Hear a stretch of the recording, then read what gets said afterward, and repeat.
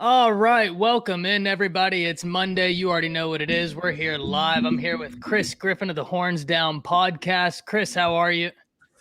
Hey man, I'm doing great. I'm doing great today. It's been a Monday.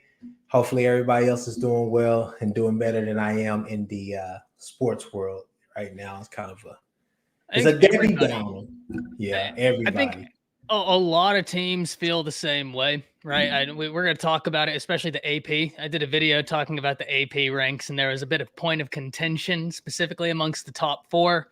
We're going to get into that, absolutely. And here we might be joined later tonight for everybody trickling in with Quarterback Spotlight and Jant Sports. So if they come in, that's going to be a really good time.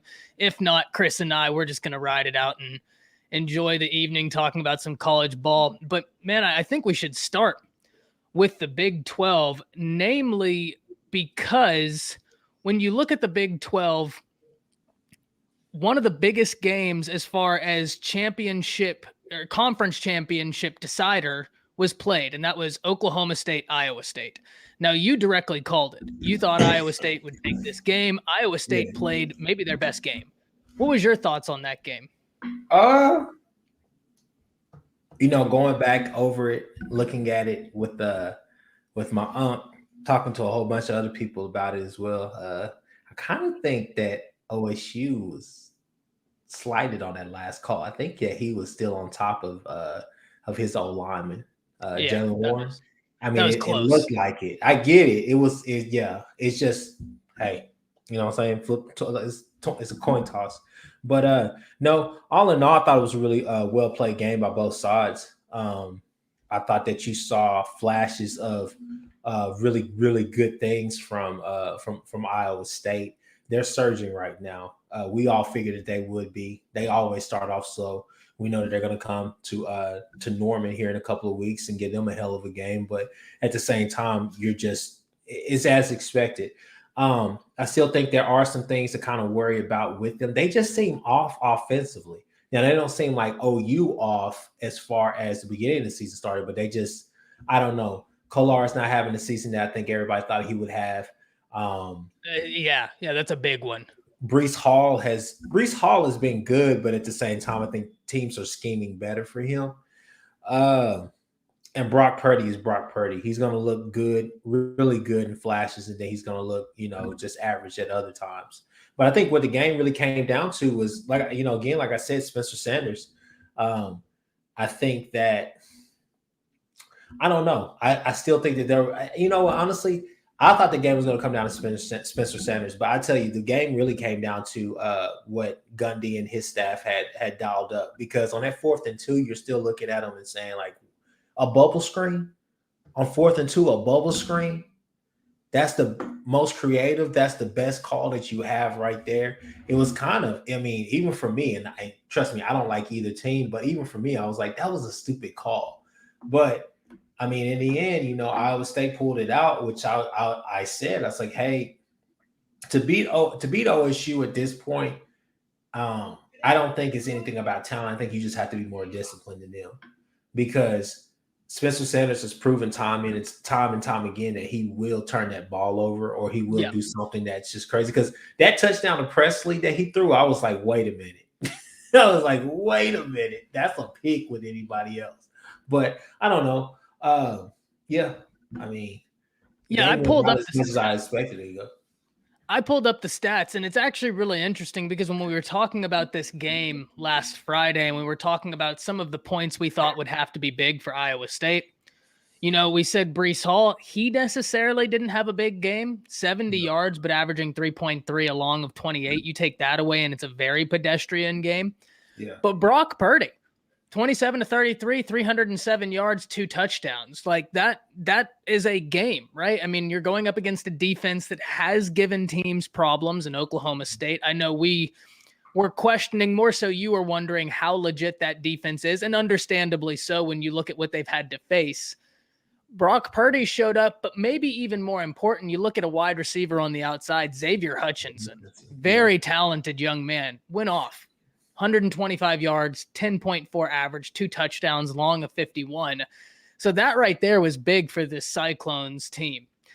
I'm interested to see how this defense is going to be moving forward in the way that they play, especially when we're talking about Iowa State as it pertains to Oklahoma, because that kind of idea of we're going to drop back all of these people and give you underneath just doesn't seem like a winning recipe against a Caleb Williams-led Oklahoma. It just seems like he's just going to say, okay, first, second, third down, if I can rattle off 3-4 yards, good to go. So here was the problem that you had with OSU.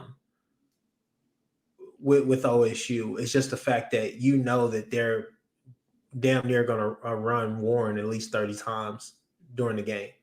And so you knew that if you could stop him from getting those 6 and 7 yard pickups on the ground on first and second down and making a short yardage on third down, you knew that you were going to be able to actually play what you want to play, which was your base package. So let's just sit back, keep everything in front of us. So that plays into Iowa State's hands. And the times that they weren't successful with that, you saw it. But the times they were successful with, stopping him, preventing him from really getting off, you were able to see them actually drop back and do what they love to do. And I mean, give credit to Spencer Sanders. He made some throws out there. I mean, he threw some good balls out there. Like I said, Everyone Presley was kind of questionable, but he threw some good balls out there. So, it wasn't that their defense was world beaters out there. They just did what they needed to do. But you did see them play up around the line an awful lot. But I don't know how you do that and try to scheme for Caleb Williams, who's who's probably way more mobile than Spencer Sanders. Oh yeah, and much more effective in how he goes about it too. And if you want to think, let's just think about it. Spencer Sanders doesn't have the wide receiver cast that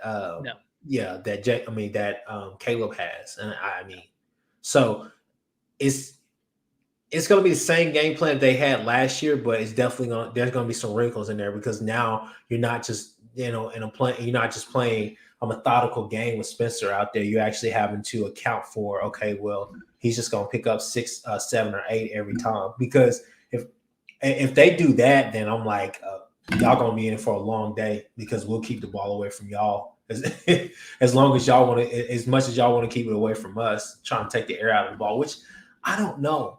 I think that, and I'm sorry talking about OU so much, but I think no. I mean, we're going to move into that. That's the next point. So absolutely, this is the transition. A team like Iowa State, and that's what I said all along about Texas going into that game. I didn't think Texas was going to try to run that West Virginia, K-State, Nebraska style offense against OU. I think they want to actually run their stuff. They actually want to kind of strut their stuff to kind of show recruits and show everybody else around the nation, like, hey, we can beat them in whatever game they want to. But in Iowa State, I don't know necessarily they're going to be. They're not that bullish. I don't think they're that bullish to try to run. I think they're going to still want to run their own stuff and try to actually do. I don't think that they're just going to call a game like that where they're just going to take what the defense gives them and just nickel and dime it down the field. No, Brock Purdy's going to want to take chances. That's who he is. He's a gunslinger. That's who he is, yeah. Yeah. He's got that Brett Favre mentality. So, I mean, hey. Which either absolutely obliterates their chances or makes for an incredible football game. But being that we're talking about Oklahoma and how some things could actually go about happening, let's talk about the game this week against Kansas, because to Isaiah Mendoza's point, he says Caleb didn't look good and it was against a defense that was all right. Imagine when he goes up against a great defense. Isaiah, you're not wrong. Here's what I will say. The young man's a true freshman and didn't play high school football last year. If anybody on that team was afforded an off game, it's Caleb Williams, right? And I didn't even think he had a bad game. We need to look at why things happened. There's a lot to learn. Did he have a bad game? Now, I agree. The interception was terrible. That was.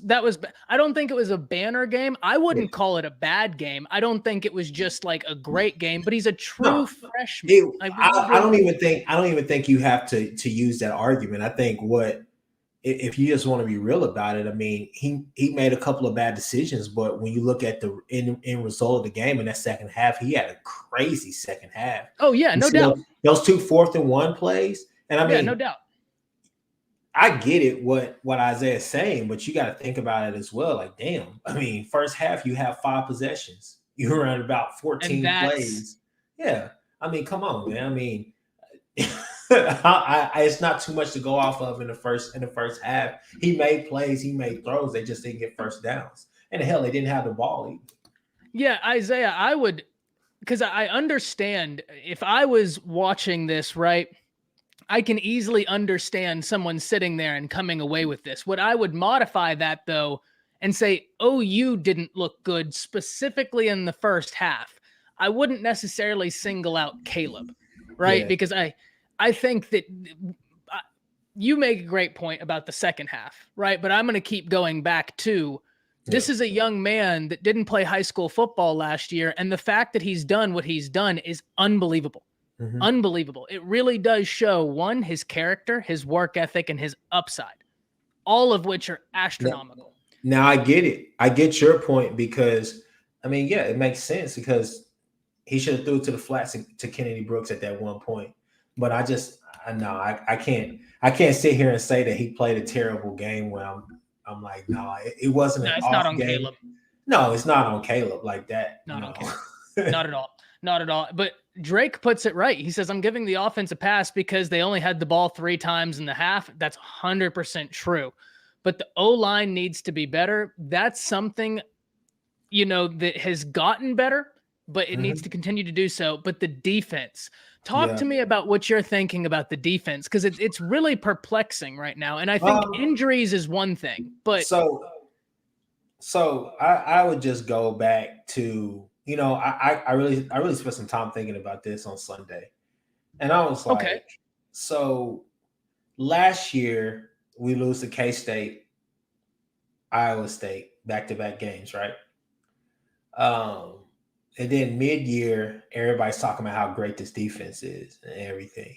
Well, you cured something. Well, last year around this time, you got Ramondre back and you got Perkins back, and you saw that team take off. So I'm just thinking this year, why not when we're actually healthy, when we get Redmond back, when we get Credell back, when we get a DJ Graham back, when you get guys like that, when hopefully you get Woody Washington back, you get Delarian Turner-Yell back, you get some of those guys who bring more continuity to the defense. I mean, outside of Key Lawrence, nobody's playing better than him right now on that defense. We can all make we can argue about Benito, Perrion, all the rest of them, but you're looking at Key Lawrence and say he's playing good football right now. Fantastic. But that defense is banged up, but there's no excuse. I mean, I hate to kind of just crap on all over Kansas, but it's Kansas. That game right there, I would go 60-40, maybe even 70-30, and say it was more scheme than it was the players. Because you got to think about it. I mean, we had them in 3rd and 12. We had them in 3rd and 5. We had them in 3rd and 6. I know it's 3rd and medium, but you're sitting there playing 10 yards off of them, and then they're just running out routes. They're running outs. They're running curl routes right there and just stopping at wherever they need to be and just getting the ball, and you're not even touching them. You're not even anywhere to even tackle them. So and I know a lot of people talk about tackling, but I don't even think tackling is the issue. I thought it was just scheme. I don't understand why we're not pressing, why we're not being more aggressive. Let's jam them at the line and make them actually go vertical. I would rather Billy Bowman get beat with somebody going vertical over the top of him, opposed to him just playing a 10-yard cushion. I'm like, this is Mike Stoops all over again. Yeah, it looks like, honestly, they're so scared of being beat that they're willing to give it up. But at the same time, to your point, it's not stopping you from getting beat deep. Yeah. So at that point, you might as well try something different. Get the receiver off their release by jamming. You got to do something. And is it just me, right? I want to hear from you. I want to hear from chat. Is it just me, or are they being a little bit more passive with the pass rush as well right now? It almost looks like schematically they're being a bit more passive to utilize Benito's just range of ability. I mean, to be honest with you, I think what you're seeing OU do is honestly just like, let's get to the bye week. Like, let's just get to the bye week. That's fair. Most of our guys are actually healthy now. We're not playing a lot of people. I don't even know if Isaiah Coe was in that game. Like, I mean, there's guys there's guys out there who are actually suiting up. Turney Yell was there. You saw Mike Woods on the other side of the ball. He was suited up. Isaiah Cole's been suited up the past couple of games. A lot of those guys are expected to be back. If not this game, then at least after the bye at Baylor. So you're just looking at a defense and saying we just got to get healthy. We just got to get healthy. Help. It's just I don't know. I don't know if I think what it is. I think it's a trust problem right now. I don't think Grinch trusts those guys like we think he should at this point in the season. Because I mean, if it's me, I mean, hell, I'm going with McCutcheon, Billy Bowman. I'm pressing. I'm not going to sit there and play back. I get it with the zone, but it's like they just don't get zone concepts. When it comes to man, we play better, but those zone concepts have just been a damn thorn in our side this season. Yeah, and I think it goes to something because this has been something we've seen across college football. We're going to keep on the Sooners, but you heard Nick Saban after the Alabama game talking about this week, like, hey, yeah, we simplified some things schematically on defense because we were getting killed by miscommit. And maybe that's what needs to happen, right? Yeah. I think something big is don't be too proud. You know what I mean? Like Grinch has something that everybody who watched and really studied saw that he was taking it into the right direction. There was no question about that. Yeah. But now don't be too proud. Right? Yeah. What you were doing was working, but just because it worked last year doesn't mean it will work for this year's group. Yeah. A modification and getting healthy, I think, will help. To be fair, I do think things that are in your control right now, such as tackling. I know you said you didn't feel like that was a big issue, and I get it. There's much bigger issues at play than tackling. But, that's something I look at, and I'm like, well, I don't care whether you're first or second or third. You can control tackling. That's an effort thing. Yeah. Just wrap them up and wait for your other guy to get there. But that's something that can be cleaned up, right? That's if your worst fear right now is lack of tackling, I'd feel better than just being beat all the time schematically. Well, here's the thing, Ty, you got to think about it. I mean, the past 2 weeks we've been on here talking about this. The defense was trending in the right direction. They were. After the TCU game, a lot of people felt like, okay, hey, there's things that we need to do better. But, I mean, the Texas game to the TCU game, you're sitting here thinking like, damn, like, hey, this defense is actually going to be okay. We just need to get to the bye week and get everybody back and we'll go. But, boy, oh, boy, this game at Kansas is like that thought right there just went right out of the window because everybody was like, man, everybody talked about tackling, all the rest of that stuff. But then again, everybody was high on this defense. They were like, hey, now we got Caleb. Now we got the quarterback. Offense is back. We're ready to go. We can compete for a national championship. And now it's just like everybody in OU Nation is just so pessimistic about it. You still have a lot of fans like me who are really optimistic, but I would say the larger audience of the OU Nation is truly pessimistic right now because, and I get it, we have high expectations. This was supposed to be the year. Like this is going to be that year that we go and compete for a national championship. And I still think that we can because like we talked about before, you don't have to be a world beater to beat one of these teams because matchups make fights. Yeah, and absolutely. I'm not going to say that we're better than Alabama, but Alabama's not the Alabama of old right now. I mean, no doubt. However, ESPN wants to flip that game and make it seem like they just ran through Tennessee. Tennessee was in that game for quite a long time into that fourth quarter. We'll talk about that. Yeah, we'll talk about that. I've had some OU fans tell me how that game was close, and I've as politely as I could completely dismantled that. I was watching, and you know me, I'm usually pretty the Nick Saban style, like, everything. I never felt like that game was even close. And maybe I was wrong, but I was not worried in that game. Well, that's how I felt going after going down 10-0 and being shut out in the first half about this game. There was really no doubt in my mind. I mean, when they finally scored that first touchdown, I was like, all right, can we go?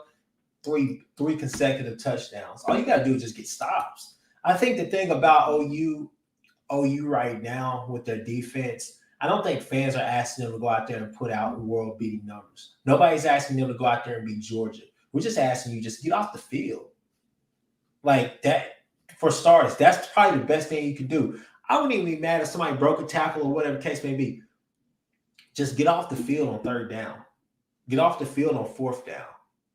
Like, there's no reason that some of these teams should be moving the ball on you like that. And it's crazy how, if we go back to my point, like I said, blueprint games. Nebraska gave you Tulane gave you a blueprint. Nebraska gave you a blueprint. K-State, or West Virginia, more so than K-State, but West Virginia. You're looking at those games, and teams are just picking up on that because and Tulane. It all started with Tulane. And it's crazy how, like, West Virginia and a lot of these teams have to do that. They're not those type of teams where they're going to grind it out and win a grimy game. That's the reason why I was never worried about those games, simply because I know this is not their style. They don't have the players for that. I don't know, man. It's just confusing being an OU fan right now, because this team could be so great, yet they're still really good, but then they're so bad in so many areas that it's just like, oh my gosh, we're 8-0, but how the hell are we 8-0? Yeah. Yeah. It's so interesting to look at, because in so many ways, some of the things we thought would be so good going into this year have been decent. And then other areas in which, some people I think were questioning has been much more sure. Right. Yeah. And that's the beauty of college football. But right now, going into Texas Tech, Texas Tech, they're dealing with the loss of their head coach. News just broke today. That's been a dumpster fire. Yeah. That's a great opportunity for y'all. You know what I mean? That's a great opportunity. So Texas Tech is basically us telling everybody in the AP and everybody ahead of the college football rankings, like, hey, we actually deserve to be in the top 4. We're fine. Let us get our stuff together. Baylor, that last 3-game stretch after that bye week, that's your chance to really tell the nation, like, hey, look, I get it. We struggled, but we got here 12-0. That's your chance. That last 3-game stretch, Championship November, you know how Championship November is around here. Hey, that's your chance to go and tell everybody in the nation, like, hey, yeah, you can be quiet for a second. We actually got something to say about this. And I think that you could change. Beating Texas Tech by 40 is not going to change the opinions of a lot of people, but it will quiet a lot. It will quiet a lot of the ruckus that you're hearing. But to me, it's not about other people.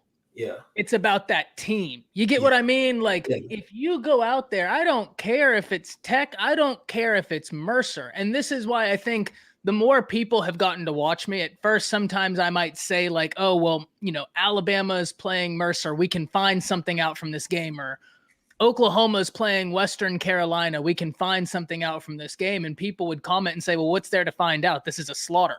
And I get it. You're not wrong. You are absolutely, but you can find out something from every single game that's played. Yeah. And that's why it's played. Yeah. Right. This is a confidence boost for OU. And if I'm not mistaken, the bye comes after Tech. Yes, sir. That what better time? What better time to have that game? It's the best time in the world to have a bye, because we could have had a bye week earlier in the season. I think that's what you're trying to get. And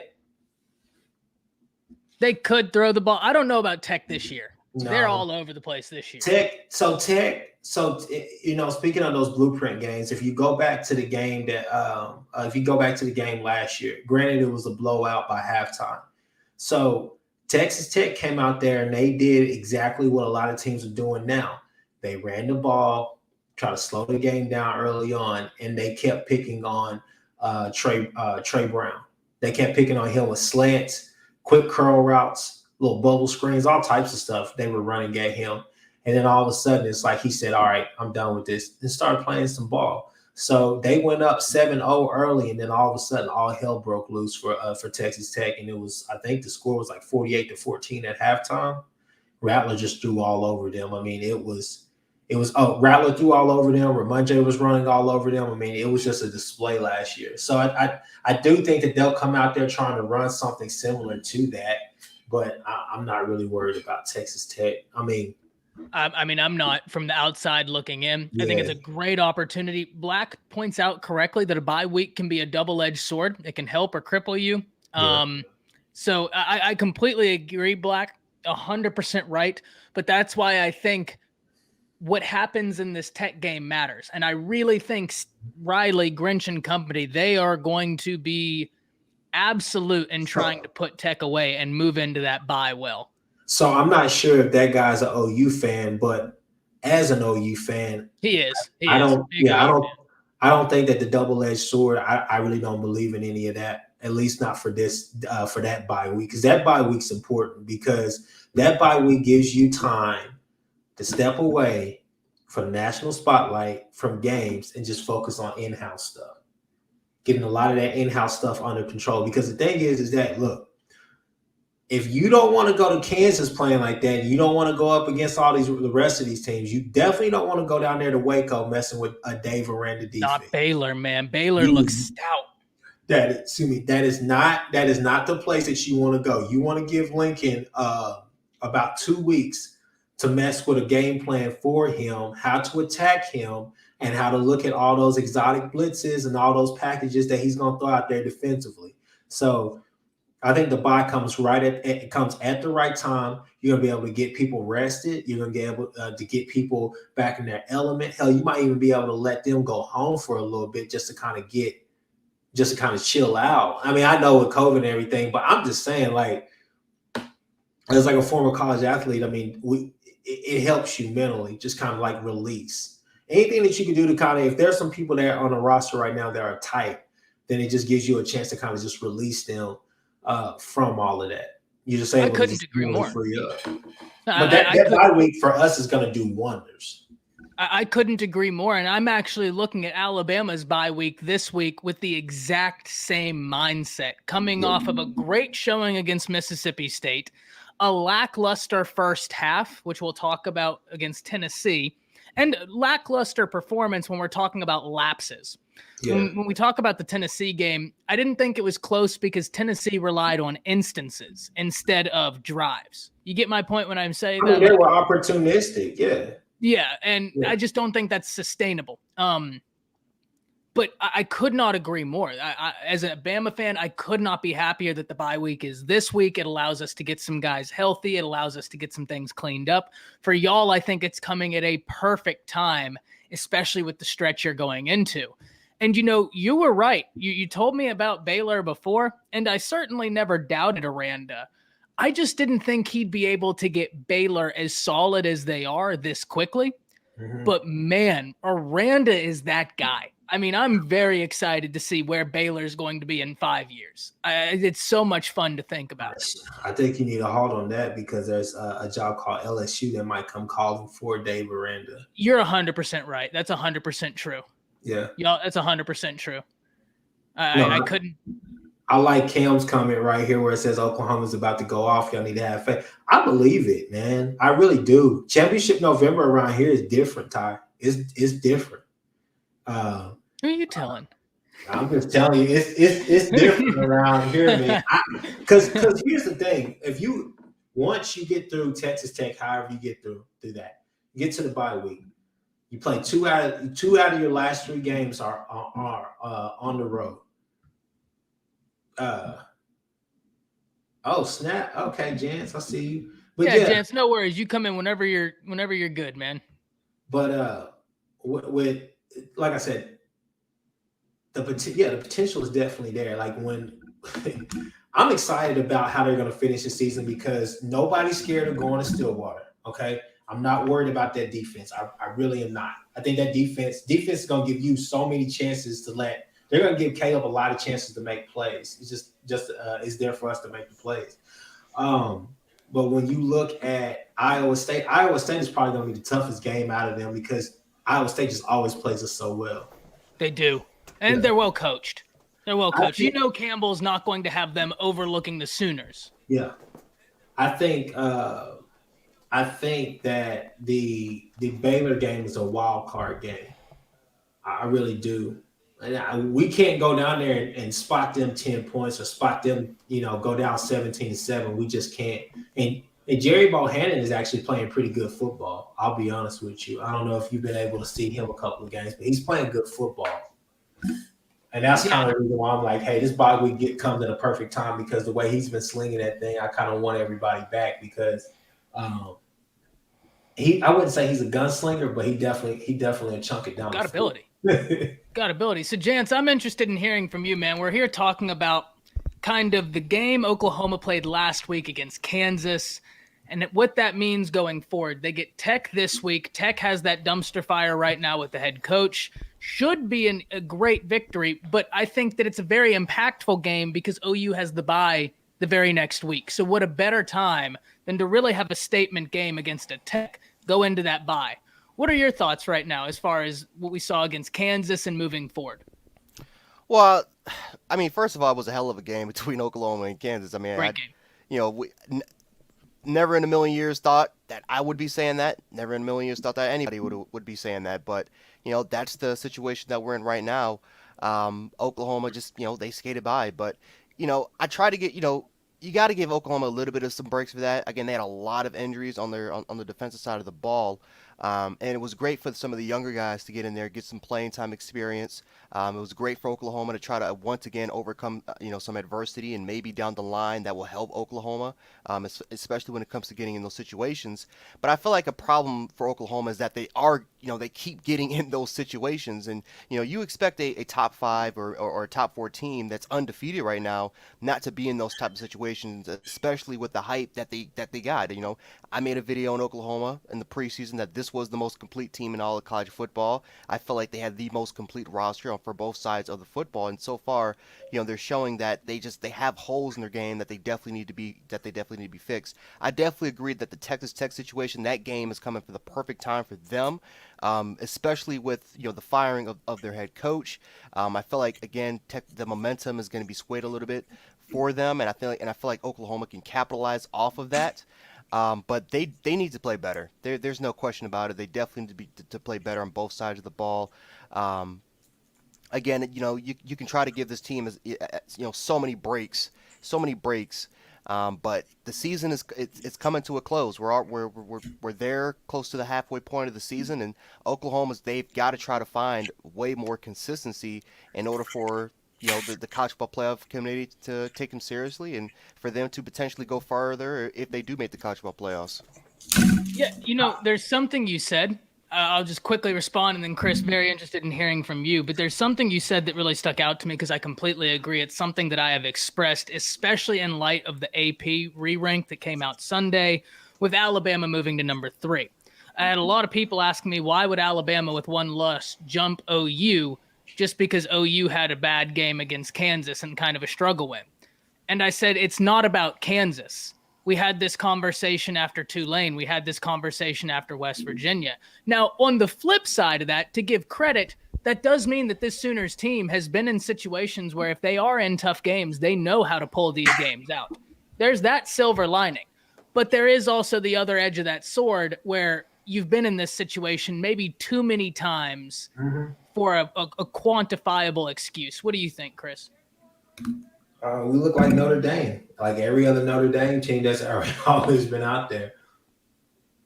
When's the last time?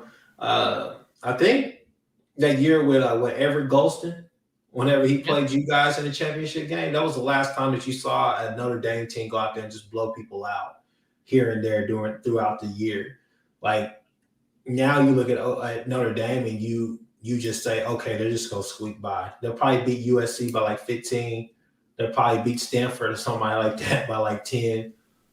But they'll play everybody else. Florida State, no matter how terrible they are, they'll probably beat them by 3 points. They'll play Toledo and beat them by 3 points. You get what I'm saying? So that's kind of that's the same category that I put this OU team in. They just play close ball. They play down to the level of their competition.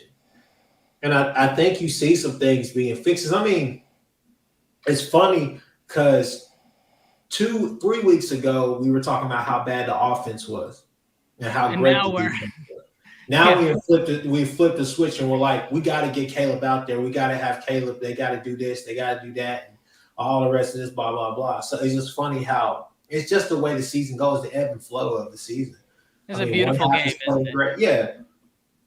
I think what Jan said was correct. All you're waiting for with OU is just, can you guys play consistent? I'm not even asking you for 4 quarters. I just need 3.5. You guys can go out there and play sloppy the first like the first half of the first quarter, and then just play great the rest of the game. But I need something consistent from you. That Texas game, I need that second half. I need a complete game like that. The Kansas game, I need a complete half like that. I need a better half than that, honestly, still with the defense. But you're looking at TCU and you're saying those two games, if you combine those last two quarters through how they played throughout that game in different spots, that's what you want OU to put together, and they're not doing that. So it pains a lot of OU fans to see how – I'm not going to use the word close because it seems like Lincoln says that an awful lot, but it pains you to see how talented this team is, but how undisciplined they are as well. I think that's the perfect word. Now, when we're moving into this area and we're looking at the Big 12, Chris and I, Jance, we've talked a lot about Baylor right before you came in. I want to get your thoughts on Baylor. Baylor's a tough team, man. They're very similar to kind of, to both Oklahoma State and Iowa State. They're very, very tough. They rely heavily on running the football.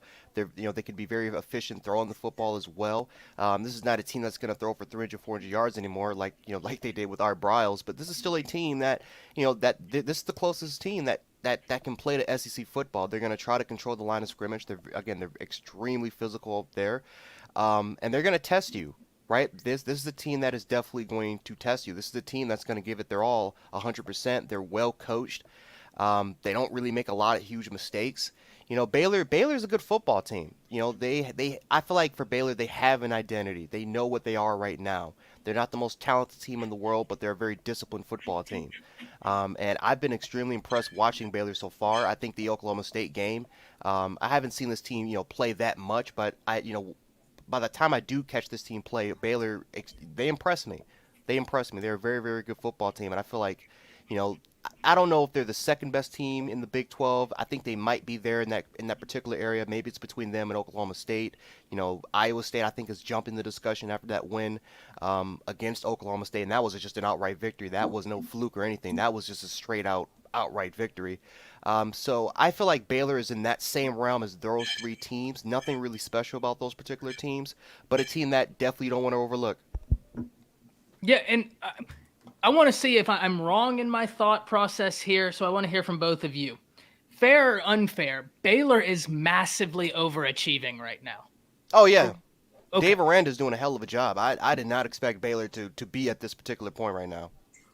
I wouldn't say they're massively overachieving. Why not?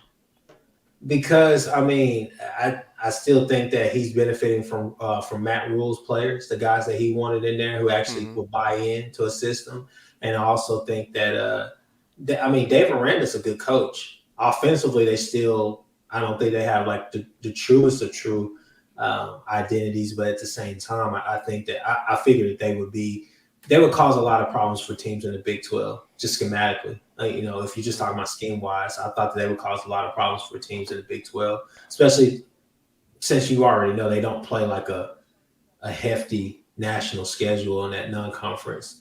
But you're looking at them and you're saying, like, hey, you don't have to be great to win out here in the Big 12. You just need to be solid every game. If you look at OSU, that's what they're doing, because offensively – outside of Tate Martin and maybe Presley, what else are they doing? And I guess, to be fair, when I asked the question if they're massively overachieving, it's not really, a fair question if I don't lay down my expectations or what they were for Baylor. I thought, obviously, Dave Aranda would get this program in the right direction. I'm just surprised by the way it's translated so quickly and so tangibly. Like, that's where I'm sitting there so excited for what Baylor could be. But to your point, that LSU job is opening up. And Ed Ogeron did not get along, and that could be a great opportunity for him to go back and say, I was a huge part of this team's success. And they love Dave Aranda. He was Dave Aranda. He was the heart. And Ed Ogeron will straight up tell you, Dave Aranda was the heart and soul of that 2019 LSU football team. And he can recruit. All the players' respect. Yes, he can. So that's the whole thing. Is just, if you look at the Big 12 overall, this is not the Big 12 of the past when Baker was playing, when Collier was playing, and you're seeing 500, 700 yards of total offense be put up by just one team alone. You There's actually been a see, shift. yeah, there's been a shift in momentum and towards. There's been like a paradigm shift almost towards just defense, more emphasis being on defense. Hell, that's what Texas Tech was supposed to do, and I think honestly, I think that's kind of the reason why Matt Wells got fired. I mean, hell, they want a lot of points. They're not used to playing games in the 20s. Like, what is that? You know, but yeah, you've seen a lot more emphasis being placed on defense, and so I'm not gonna say that this league is the SEC and all the rest of that stuff. I'm just gonna say like it just plays out. You're not seeing a lot of these high powered offenses outside of OU, and OSU. You get what I'm saying? Even Iowa State, for as much credit as they get, they don't put up numbers like that.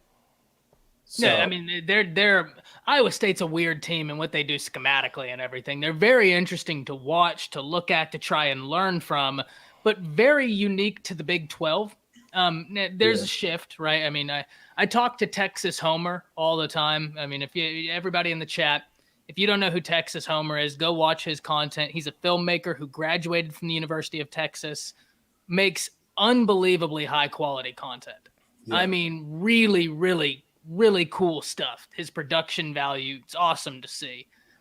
But one of the things we were talking about was this shift in the Big 12, how it's becoming more of an emphasis on defense. Not that it's a top defensive league yet, but that there's been this bit shift in mindset that we don't want to be the league that's known for having 800 yards dropped on us. Like, that's just not who we want to be, and it'll be better for it.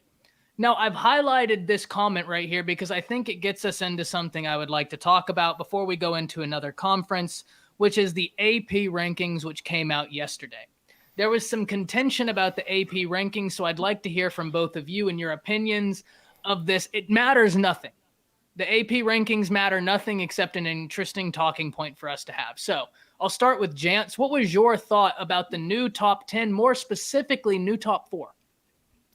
I was shocked that we kind of moved up a little bit to number 3. I know a lot of people really weren't shocked that Alabama, moved up to the number 3 because of the performance that Oklahoma spewed. But I don't know. I just felt like, again, I honestly felt like Ohio State honestly could be ahead of us right now. I feel like if you look at the way that Ohio State has played ever since that loss to Oregon, I feel like they've played better than University of Alabama. And people can say, well, Alabama has played a tougher schedule. I wouldn't necessarily say that. I mean, Mississippi State. I mean, you did play Texas A&M, and obviously A&M is playing a lot hotter and they're playing a lot stronger. But you look how we kind of struggled a little bit against Tennessee. You look how we struggled a little bit. Just pretty much towards our season compared to Ohio State, where yes, they struggled a little bit earlier on the first 3 games, but ever since that loss to Oregon, this team has just been absolutely just destroying everybody. Their offense looks better than ours. Their defense definitely looks better than ours right now. And I feel like a lot of people are kind of overlooking Ohio State probably because of the schedule. I was just impressed what they did to Indiana on the road compared to what we do compared to what we did on the road. I was just extremely impressed with how Ohio State is right now.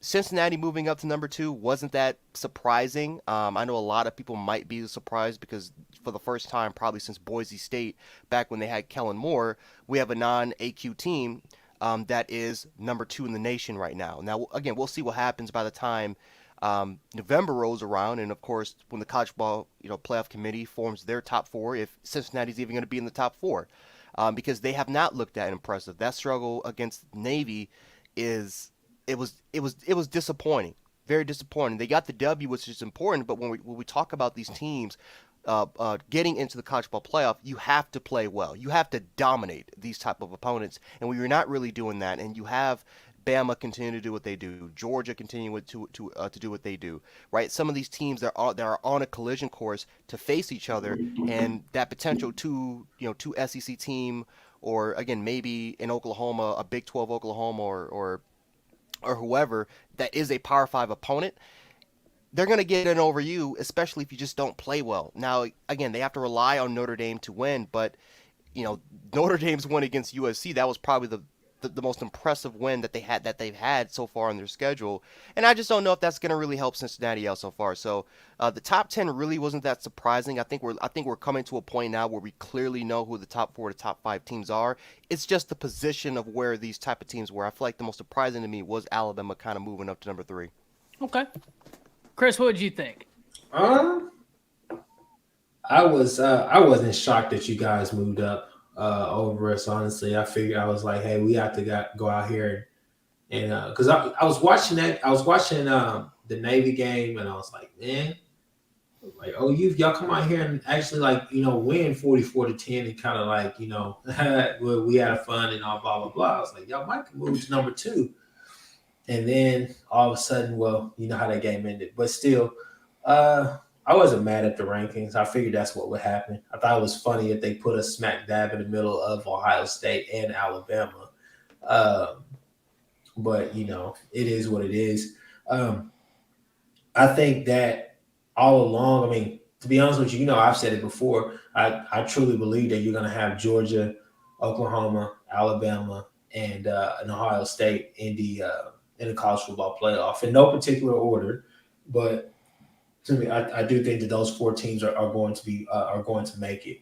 I'm just ready to get to November 2nd, to be honest with you, because we're going to find out a lot. And I think, honestly, we'll start finding out a lot about how these rankings are going to shape out, because looking at the Big Ten East upcoming schedule, this weekend you have Michigan at Michigan State. Yep, big game. Penn State at Ohio State. The next weekend you have two weekends later you have Michigan at Penn State.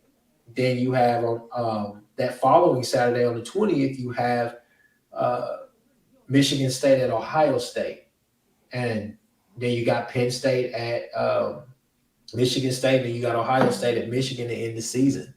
And I mean, that's a hell of I think it's about 4 or 5 week stretch right there, and that's a hell of a slate for the Big Ten East. So I think you're going to see, and I wouldn't be surprised if for some odd reason you get Alabama or Georgia at 1, obviously, and then Ohio State's right smack dab in the middle of those 2 teams as far as being number 2. Because if they can come out of there beating, I don't care how people look at Penn State, but if they beat Penn State and then they beat Michigan State, which are both home games, which you should win that, and then you beat Michigan, I mean, not only are you a lock, but hell, you might even have room to kind of have a couple of slip-ups in the Big Ten championship game.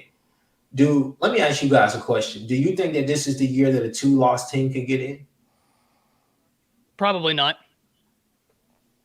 I'm trying to think. I think a lot would have to happen. Yeah. Maybe a 2-loss SEC team. I mean, I feel like if Georgia somehow in some way slips up, if they lose a couple games, or maybe if Alabama loses, let's say, one more game to, let's say, Auburn, but they still get in the SEC title game and they beat Georgia. I think that is probably the only possibility of that, only because the SEC has that much command, that much respect from the playoff committee. Yeah. But besides that, yeah, I don't really see that much going on. I think that with Cincy, I don't know, because here's the thing. Like I said, the narrative. It's the narrative that people are feeding into, the SEC bias or whatever you want to call it. It's the whole narrative. Nobody wants Cincinnati in the college football playoffs except for Cincinnati fans and a couple of people who root for the underdog, which is great. But with Cincinnati, I think it's kind of deceiving because, yeah, they only won 20-27, but they scored that touchdown like extremely late. Navy, I mean, it was. I think when I was watching it, I think it was like 27-13 at one point, and then they scored that touchdown late. So I mean, yeah, it wasn't the greatest performance, but you just got to look at the positioning of that game right there.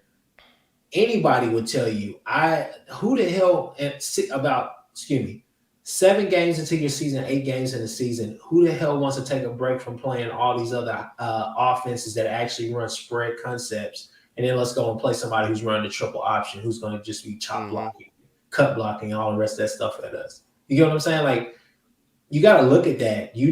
That's not normal. That's not a normal game. I mean, that's just, I don't know. So I think Cincinnati is a fraud. I use that word lightly because of how we play, how we've been playing. But at the same time, I kind of cut them some slack on that because I'm like, I mean, it's Navy. Regardless of if it's Navy or Army, those 2 teams are right. I mean, hell, Army put up 56 points on Wake Forest. Now, granted, Wake Forest scored 70, but I mean, still 56 points for Army. And they're running the triple option as well. Like, you don't plan for teams like that. It's hard to go from week 3, week 4, week 5, week 6, playing all these teams running spread concepts, and then boom, here goes Navy running just a triple option and doing chop blocks the whole time. So there's some questions in chat I want to get to answering. I'll start with this one right here by Chicken, because he said, since he won by 7 to 1-6 Navy, they didn't drop. The reason, Chicken, is because Cincy has a ranked win, and we haven't had this conversation multiple times about Cincinnati. I think right now there's this thought of, well, we weren't the only team that struggled as OU. You're right, you weren't. But we've had this conversation multiple times. At the beginning of the year, we gave a pass because we thought Tulane may be good. Tulane is not a good football team, and we know that now. They got absolutely boat raced by Ole Miss, who absolutely got boat raced by Alabama. Yeah. And so that first game where OU struggled, now we know it wasn't a very good team. They struggled against Nebraska, who's not a very good team, against West Virginia, who's not very good, against Kansas State, who's not very good. So I get it. OU has this unbelievable potential. I still believe they are a playoff caliber team. But when we're asking why did OU drop and not Cincy, because 1, Cincy has a ranked win, and 2, this isn't the first time we've been sitting at this table having this exact conversation about OU. That's the first thing. The second, people ask, do losses matter in college football anymore? Absolutely. But also how you lose matters, who you lose to matters, and who you play matters. Yeah. Right now, if we're looking at it, Oklahoma, unfortunately, has not had the opportunity to play against anybody that would be considered a world beater. Right now, that will change when we get to Baylor, to Iowa State, and then the championship. That will all change, and that's why I easily think OU is a top 4 team. There's no doubt about it. But how you lose matters. Texas A&M is a team that is full of 4- and 5-star athletes, whereas Kansas is a team where their best player on the team right now might be a 4-star, right? So you're talking about 2 completely different levels of talent. So when we ask, do losses matter in college football? Yes. But I think people have this understanding that everything needs to be held equal. But by the very nature of college football, we can't hold things equal when we have different conferences. You're not, a team isn't playing a team like Michigan every year, whereas Ohio State is. So we can't hold everything equal. And that's why right now, when we look at it, the reason Alabama, in my opinion, jumped Oklahoma is because Alabama has multiple ranked wins. And the teams that we've had this conversation about with Alabama, one being Florida, had a top 10 offense in the nation. And the other being A&M is a very talented team who Alabama shouldn't have lost to, but they just flat out beat us that day. So losses matter, but nuance is also important. So here's the thing, and this is just my opinion. I think the problem is that we are all putting way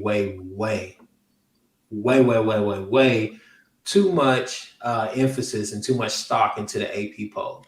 Oh, well, that's why I led this off with saying this matters nothing except as an interesting conversation. I think the AP poll, I think that the AP voters, they get a chance to kind of really dissect and exploit and just kind of, observe how the college football playoff committee, how they really, make, how they put their top 6 teams out there. And, they look at their criteria. Go ahead. If I may, Roberto, you say if we put it that way, Ohio State's only lost to a ranked team in Oregon is what I think you're trying to say. But that's not necessarily true because Alabama right now, A&M is ranked. And 2, now you need to ask, okay, well, you had a decent loss against a ranked team. What's your best win? Ohio State's best win right now might be Rutgers.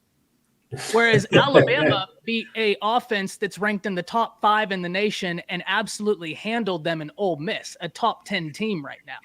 So all of these things matter. We can't just look at something singularly. We have to look at the entire body of work and the why. Now, all that to be said, there's still a lot of season to go for plenty of things to be proved. This AP poll means nothing. I honestly believe that whenever the committee drops their rankings, I think you'll see Georgia at 1. Obviously, nobody's going to disagree with that. Georgia at 1. I think you'll see Cincinnati at 2. You'll see, depending on how the Texas Tech game goes, because those rankings are being released. I think the 2nd, right? November 2nd. Yeah. November 2nd, if I'm not mistaken. And you're saying Alabama has a bye week this week, correct? Yep. If OU goes out there and handles business and does what they need to do and blows Texas Tech out, they will be the 3rd-ranked team in that college football playoff committee rankings. When the CFP rankings come out, they'll be number 3. Alabama will be 4. You'll put Ohio State right at 5, and then you'll probably put somebody like Michigan or Michigan State right there to tell it off at 6. Because, they look at the whole thing, and those are the rankings that I'm actually going to put stock into.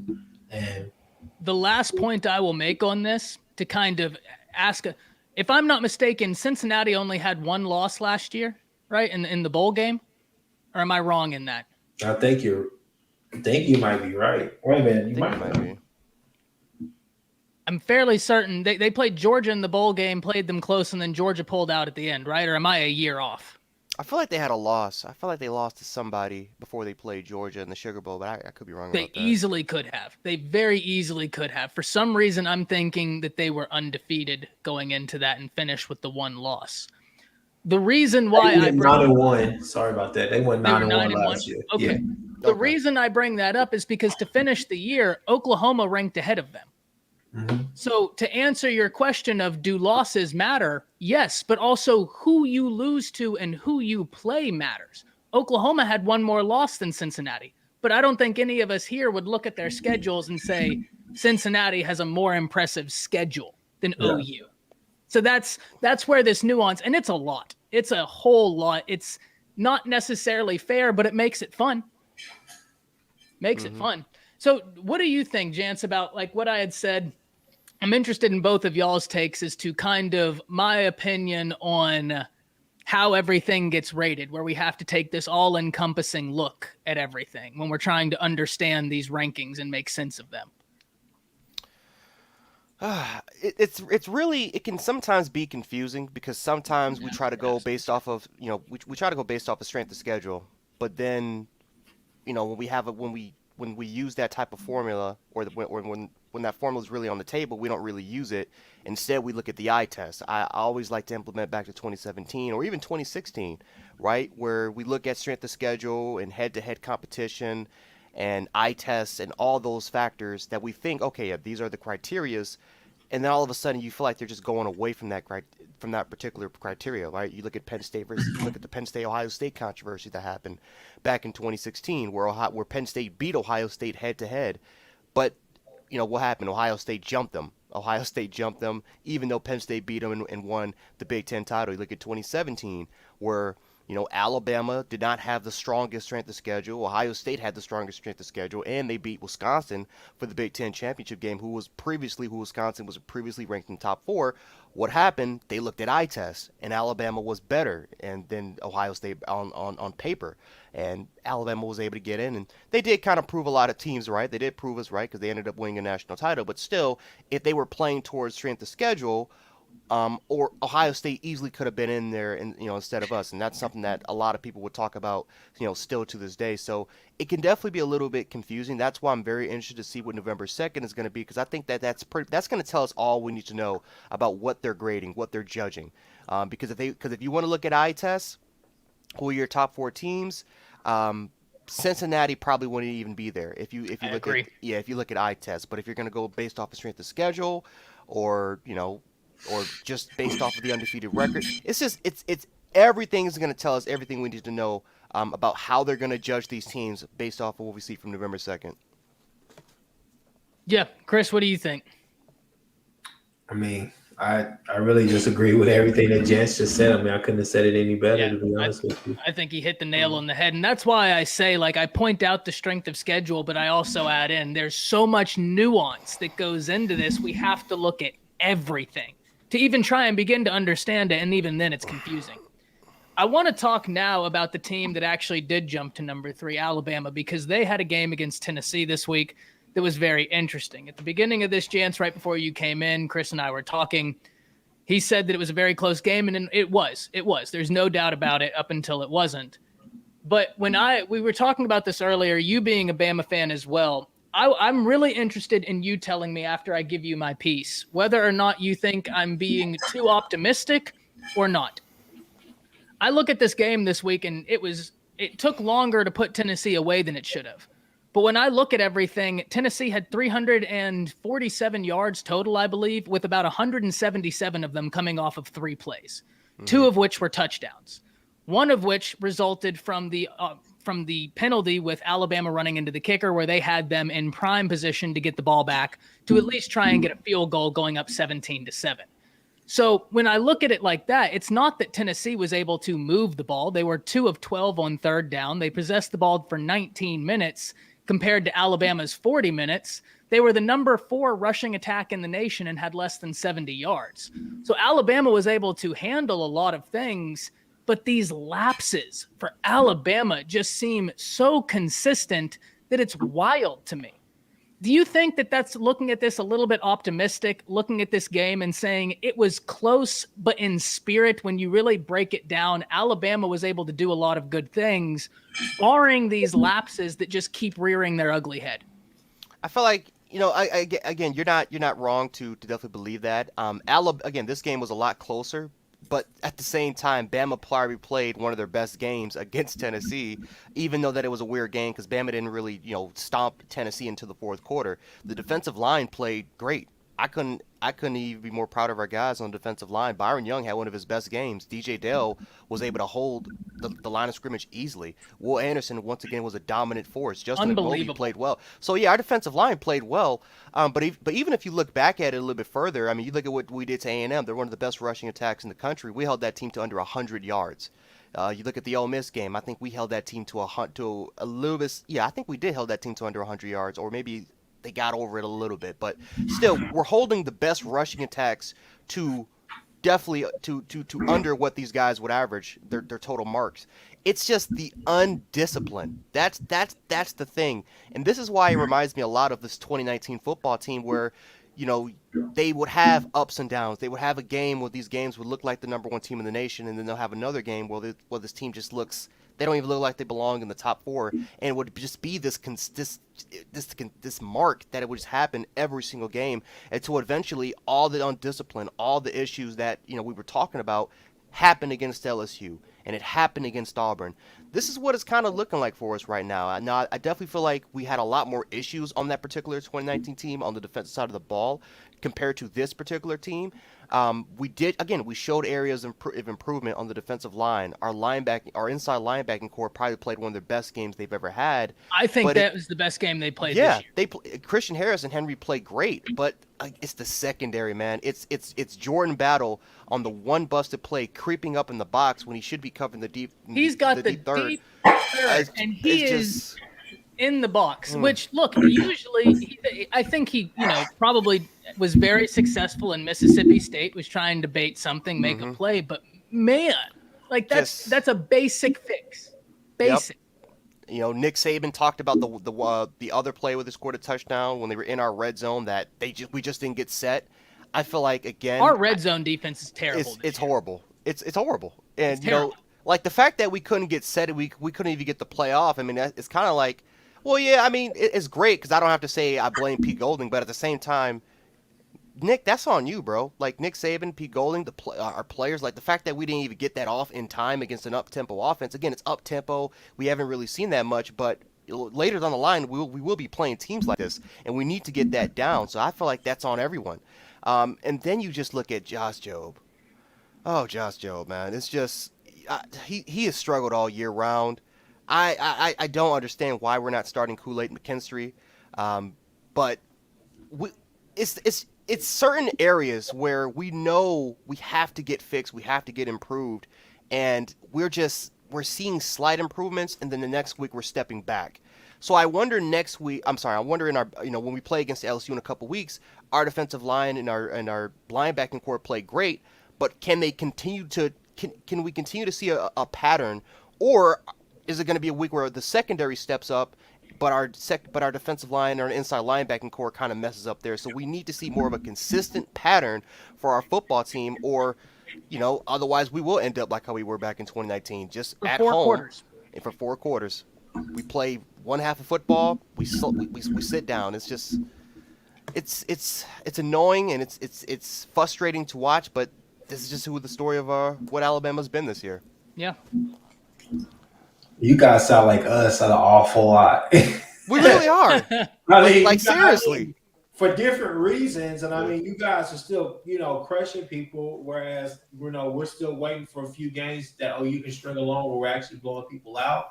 But I mean, it seems like we got a lot of the same problems. Every time I listen to you guys, I just say, I mean, everything that Jen said, you could literally flip those two teams and say the same thing about them. I mean, it's frustrating. No, I definitely get it. I mean, when I watched that game, and this is an outside perspective, when I watched that game, I was like, is it Tennessee being opportunistic, or is it just Alabama making uncharacteristic type plays? And I think that's really what it boiled down to, is that that fumble that they got. I think it was at James Hunt, or who was Jamison, that? yeah. I mean, he Jamison. just had the ball punch, which I'm not mad at. That was a great play by the defender to get in there and peanut Tillman that ball out. Yeah. I mean, I don't know. It kind of feels like with Bryce Young, you got to get home. If you're gonna mail in some guys, you actually got to get home, or he'll find somebody that's sitting right there underneath. Because it seems like every time you blitz him, there's always a guy that's running a drag route or running some type of curl route, like 10 yards down the field, and just stopping and staying right there in the perfect place for him. And they make plays. They're y'all yak yardage is just crazy. I mean, the yards after reception is just crazy for y'all. I mean, y'all make a lot of plays happen down the field, and y'all get great blocking for your receivers as well. But I mean, I think that's the key to the defense, to stopping that defense, is that you got to get pressure on Bryce Young, make him feel uncomfortable, but you actually got to get there, and you got to get hurry. If you're not going to get sacks, you got to get hurries. You got to get actual hurries that are going to make it to the stat book. You can't just get there. Like, you have to mail it in. And I definitely saw that. But I mean, for the most part, I mean, there was no doubt in my mind that you guys would win that game. But at some point, Tennessee was going to have to run out of gas. I mean, they couldn't have played any better than they did in that first half. I mean, I think just to go, what was the score at halftime? Was it 21-14? I think it was 21-14, or was it 21-17? Let me check. 21-14. I feel like 21-14. Yeah, Gotcha. I mean, you couldn't ask for a better half with Alabama, especially playing in Tuscaloosa. So I mean, I don't know. I just felt like, I mean, it was a great game plan by them. I was like, you gotta give Heupel credit, because definitely dealing with what he's dealing with. I mean, I wouldn't say a depleted roster, but your three best players leave. They had a lot leave. They've had a lot of chaos at Rocky Top. They've had a lot of chaos, but for him to go out there and field that team and to do what he did against Bama, you're kind of optimistic about what they could be, hopefully. But at the same time, I don't know. You just look at this team and you say, just like Jance basically says it all the time, this Alabama team is really, really, really, really good, but something's missing. And that's how I feel about OU. Something's definitely missing. I think I look at it, because I couldn't agree more with Jance's point that something's missing. I think maybe I'm a little bit more hopeful in that regard, right? That I think I see something and I'm like, I think that it can come together. I think it can. Whether it will or not, I don't know. But this is a very talented team. I don't know why we haven't seen more Kool-Aid McKinstry. I don't know why we haven't seen Terrion Arnold. I don't know why we haven't seen more J.C. Latham. Goodness gracious, the right tackle position has been perplexing. I mean, God's mercy. That right there has been wild to me. Just absolutely wild. But you know what I will say, and there is an individual I want to talk about. I am so happy for him. Two individuals, really, but Brian Robinson, first and foremost. He's having a great year. When he gets the ball, he's transformed his running style into a very, very good style, right? He's more patient. I've been very impressed with him. And Jameson Williams, in my opinion, is what happens when the transfer portal works out best for all parties involved. He wasn't having the career he wanted at Ohio State. He was buried on the depth chart. They've got a lot of talented guys over there. So he comes to Alabama. It instantly helps Alabama out. And now he's playing the best football he has. That helps everybody. That is the transfer portal in its best case scenario, where a young man is now getting to prove just how talented he was coming out. It's really great to see in that regard. So speaking of that, and I hope I say his name right, but Ajay Hall, if you're listening to this right now, I think the Sooners got a little spot for you. Come and make your dreams happen. Because obviously it's not happening at Alabama. I don't know what's going down there, but that is a train wreck of a situation right now. That's a cluster. I'm not going to pretend to know. He wasn't even suited up. He wasn't even suited up for this game. Yeah. I mean, I've heard some things, but nothing that I can prove rooted in fact, and I'm not here to break news. So you know, I thought it was funny when seeing his dad tweet back at me. I was like, oh, that. I say, oh. No, I've heard about the dad tweeting. I haven't seen any of those. If you could send me one of those, please do so, because if you look, right, it's not looking good right now for Ajayi Hall. Hopefully this is a situation where he's felt pressure, he wants to play, and everything will be all good. We saw this before with Jerry Jeudy. Jance, you remember that? Yeah. I don't know that it was like this exactly, but it was somewhat analogous. And then Najee Harris came out and said he thought about transferring after his freshman year. So hopefully this can be that. Tua, exactly. Mm-hmm. Great example. I completely forgot about that. Hopefully it can be that. I don't know, though. But when you look at his Twitter and you look at what he's liking, it's not looking great. That's all I'll say. It's not looking great. I mean, obviously, you guys will there's other 5 stars that would love. He's incredibly talented. I'd love nothing more for this to turn around. And look, there's a lot of people that I've seen just bashing the young man. He's a kid. Yeah. You know what I mean? Like we all made 18-year-old, 19-year-old mistakes and did 18-year-old and 19-year-old things. And we didn't have the athletic ability and opportunity he did at one of the biggest institution in college football. Right. So I'm not trying to absolve anything, but that's just the reality of the situation that we need to keep into our mind. And the one thing, I definitely don't think it's anybody watching this. It's none of us. Don't tweet it, kids. Don't like, if anybody sees this, don't be the person who's tweeting saying we don't need you. Buddy, he's gotten scholarship to Alabama. We're here sitting here talking about this. That young man is on the team. He's obviously there for a reason. The GOAT thought they needed him. So I hope it goes over well. I'm not sure, though. I think it'll be fine, but that's also me being a hopeful Alabama fan. I mean, that's all you can really hope for. I mean, because coming out of spring ball, I thought that was going to be the premier guy. I thought that was going to be, obviously I knew you guys are going to have a hell of a cast, but I thought he was going to be a star this year. Now, Jance, I want to hear your opinion on this, because this is something I'm very surprised we haven't done.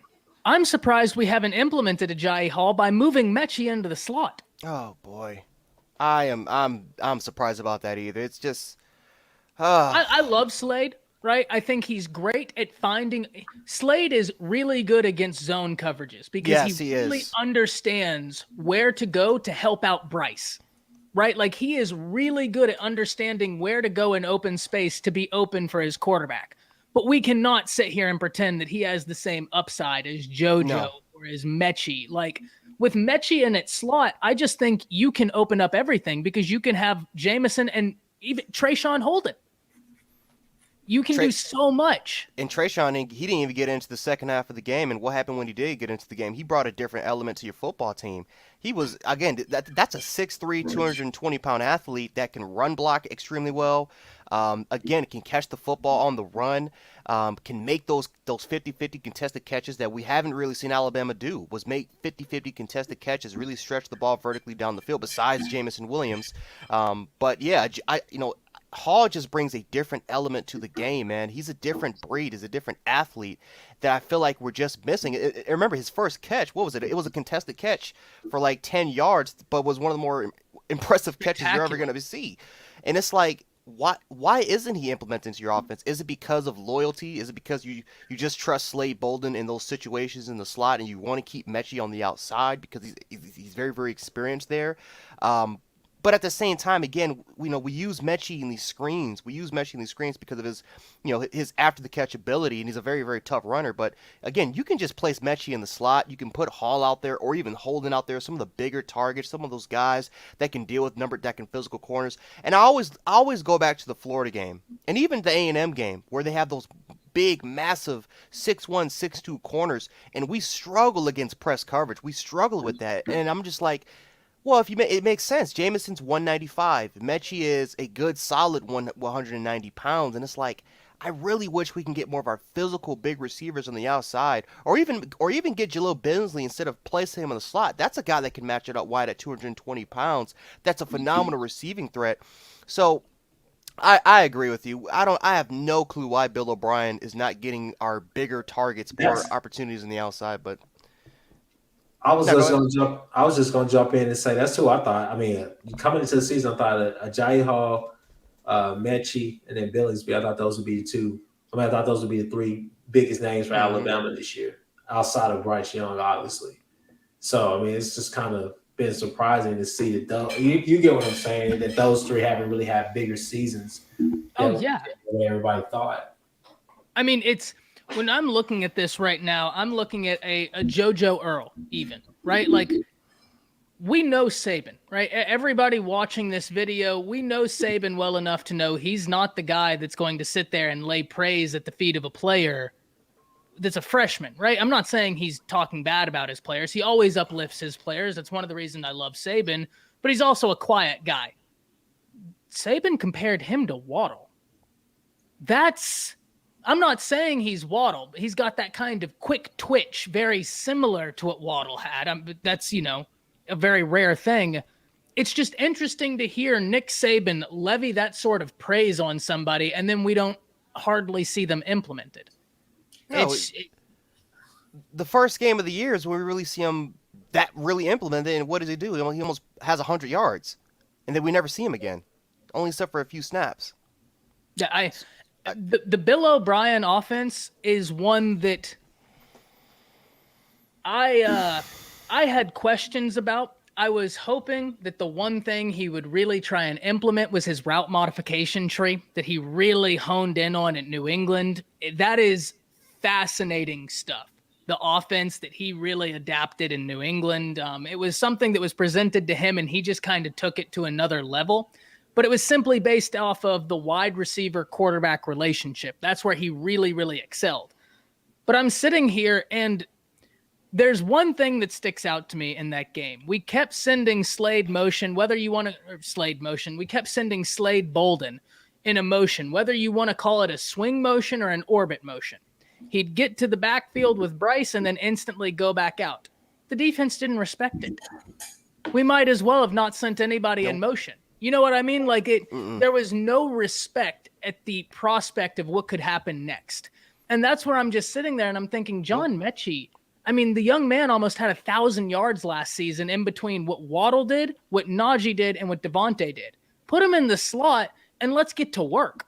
He's going to be a terror in the slot. I've been so surprised at how the offense has ran. Not in what we're doing out of more of our base things and kind of what Bill O'Brien wants to do. The fact that we're not trying more or implementing more. That's what I'm surprised about. Yep, and I completely agree. It's like you can send anybody there. You can set a Hall there. What does Hall do? He will command respect because again, his height, his frame, his size, his speed.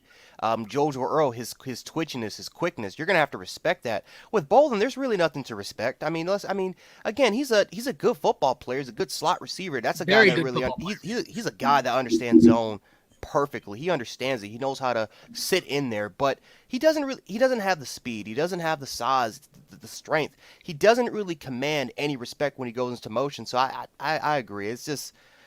I just don't understand what Bill O'Brien is doing. It's like I would really like to hear a press conference about Bill O'Brien and just to hear what kind of his offensive philosophy is, especially at this point of the season. But I would love to get these athletes, even a Christian Leary. out there a little bit, man. That's a guy that broke records at the state track record. I mean, that's a guy that ran like a 10.5 Yeah. at the 100-meter dash. I mean, that's just even if you sent him out there in motion, man. I mean, that dude has world-class track speed. I mean, you're telling me that he's not good enough to get on the football field for some particular snaps, even at the end of the game? It's just, I don't know. I was watching the other day a bunch of the Texas content creators. They got together and had a round table, and we're kind of venting and talking about where they're viewing Texas right now. It was really awesome. Really great guys who did it. Chris knows a lot of them. Nino, Fanatic, Lando, Homer, all of them. Great guys. Y'all should check out their content if you love college football. I mean, there's a really great group of college football YouTubers that are up and coming right now on the platform. It's really exciting to be a part of it. But the reason why I bring that up is because Texas Homer, he made a point that the second he said it, I threw my hand up in the air because I was like, I could apply that to our situation.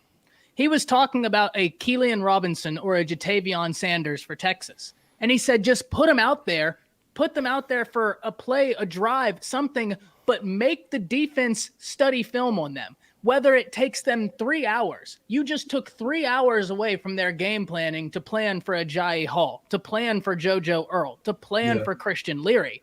You're playing chess. Whether you implement them into a large degree or not, you are playing chess. You are making them waste time on something that you don't inherently intend to take advantage of. Just do something like that. But we have too much talent to not be showcasing it right now. And look, if there's stuff going on behind the scenes, Nick Saban established the process, and I'm not going to say we should, jeopardize that for anybody.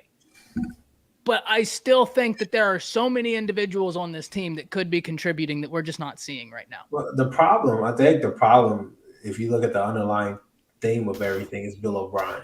I think so. Bill O'Brien is excuse my language, but Bill O'Brien was a known asshole with the Houston Texans. I mean, if you see exactly just look at it. I mean, he traded DeAndre Hopkins for a ham sandwich. Yeah, I know. Enough said. So, I mean, he's used to having control. He's used to having his way. So, I mean, I don't know. I mean, he's a pro guy. I mean, obviously he went to, he did his thing over there at Penn State, but at the same time, I mean, he's a pro guy. So the way he's running that is probably really cutthroat, really tight. And he trusts these guys right here to be in the right situations. Jance, you made a point, and you said you'd be very interested to hear Bill O'Brien talk about what his style is. And I took about a month and did a really deep dive into Bill O'Brien and trying to figure out his offense. Studying the Patriots offense before he got there, how it changed after, what he did at Penn State, what he did at Houston. And it was all a little bit different, but there was an overarching theme. And he even talked about it in a coaching clinic, because after I watched all that, I wanted to hear him talk. So I watched all of the coaching clinics he did I could find and get my hands on. The thing that kills me is he kept preaching, I like tempo. I like tempo. I like tempo. And we keep getting delay of game penalties. We are not going fast. And so and it's not like we say, oh, well, this is going to be Alabama's offense. Alabama ran tempo the past 2 years. We took advantage of that. And now we're not. And it's just so perplexing. It's odd. And especially you look at Bryce. I mean, that young man, he can do just about anything you ask him to. The deep ball accuracy needs to come on. I was very excusing of it in the beginning because he's a first-year player. The offensive line wasn't great. But at this point, it should be a little bit further ahead than it is. But I'm not going to complain because of how spectacular he is in every other facet of the game. What do you think about that? Because as a Bama fan, you have to notice the lack of tempo and the delay of game penalties. It's unbelievable. It makes me mad. It makes me so mad because the last 3 years we prided ourselves of going up tempo. We prided ourselves of getting the ball quickly, snapping the ball as fast as we can. But we prided ourselves of just frustrating defenses for really, especially when we're moving the ball very well. Again, it throws off a defense. It can throw especially a defensive line off where you're just going up tempo and using those big 5- and 4-star guys, those 300-pounders to run the football, to use the RPO sets. And we're just. We lack. It's the lack of. I'm glad you brought that up because we just lack creativity in our passing attack. We None. lack. It's this. Jamison Williams is running the same 3 routes. He's running 3 routes, 3 basic routes, especially that one crossing route. And he's got the it's so ability to do predictable. anything. You can Yes, run him on it. He's got a great route tree. In fairness, he can run any route. You give him any route and he can run it. You want to give him a comeback route, he'll run the best comeback route you'll ever see. I remember at Ohio State, he prided himself for his route running ability. That's what Ryan Day gave him so much praise because of his route tree and really understanding the type of defenses that are given to. I mean, it's appalling to me just the lack of urgency that this offense has. And I remember the one particular play at one of our delayed games. Bryce Young is looking at the sideline. He's looking at the sideline. He's waiting to get something, and he's waiting there for 15 seconds. And by the time he actually gets the play clock, we have 3 seconds left. And he has no time to kind of set the to set the preset motions. He has no time to set any type of protection. He has to try to go up there and snap the ball as fast as he can without really even seeing anything for what the defense is really giving him. Like that's just the type of stuff that is just frustrating me about Bill O'Brien. And it's always something up with Bill O'Brien, whether if it's the lack of running the football on the goal line situations, whether if it's lack of tempo, whether if it's just lack of creativity in the passing attack. It's always something new, and it's always something frustrating with Bill O'Brien. And again, it's hard. I was doing the same thing. I was trying to study him and see what type of offense he would give us. Maybe try to get into the insight. And it's just all the stuff that he preaches about. It's like he's going away from it. He hasn't done any of it, and it actually would have fit into what we did.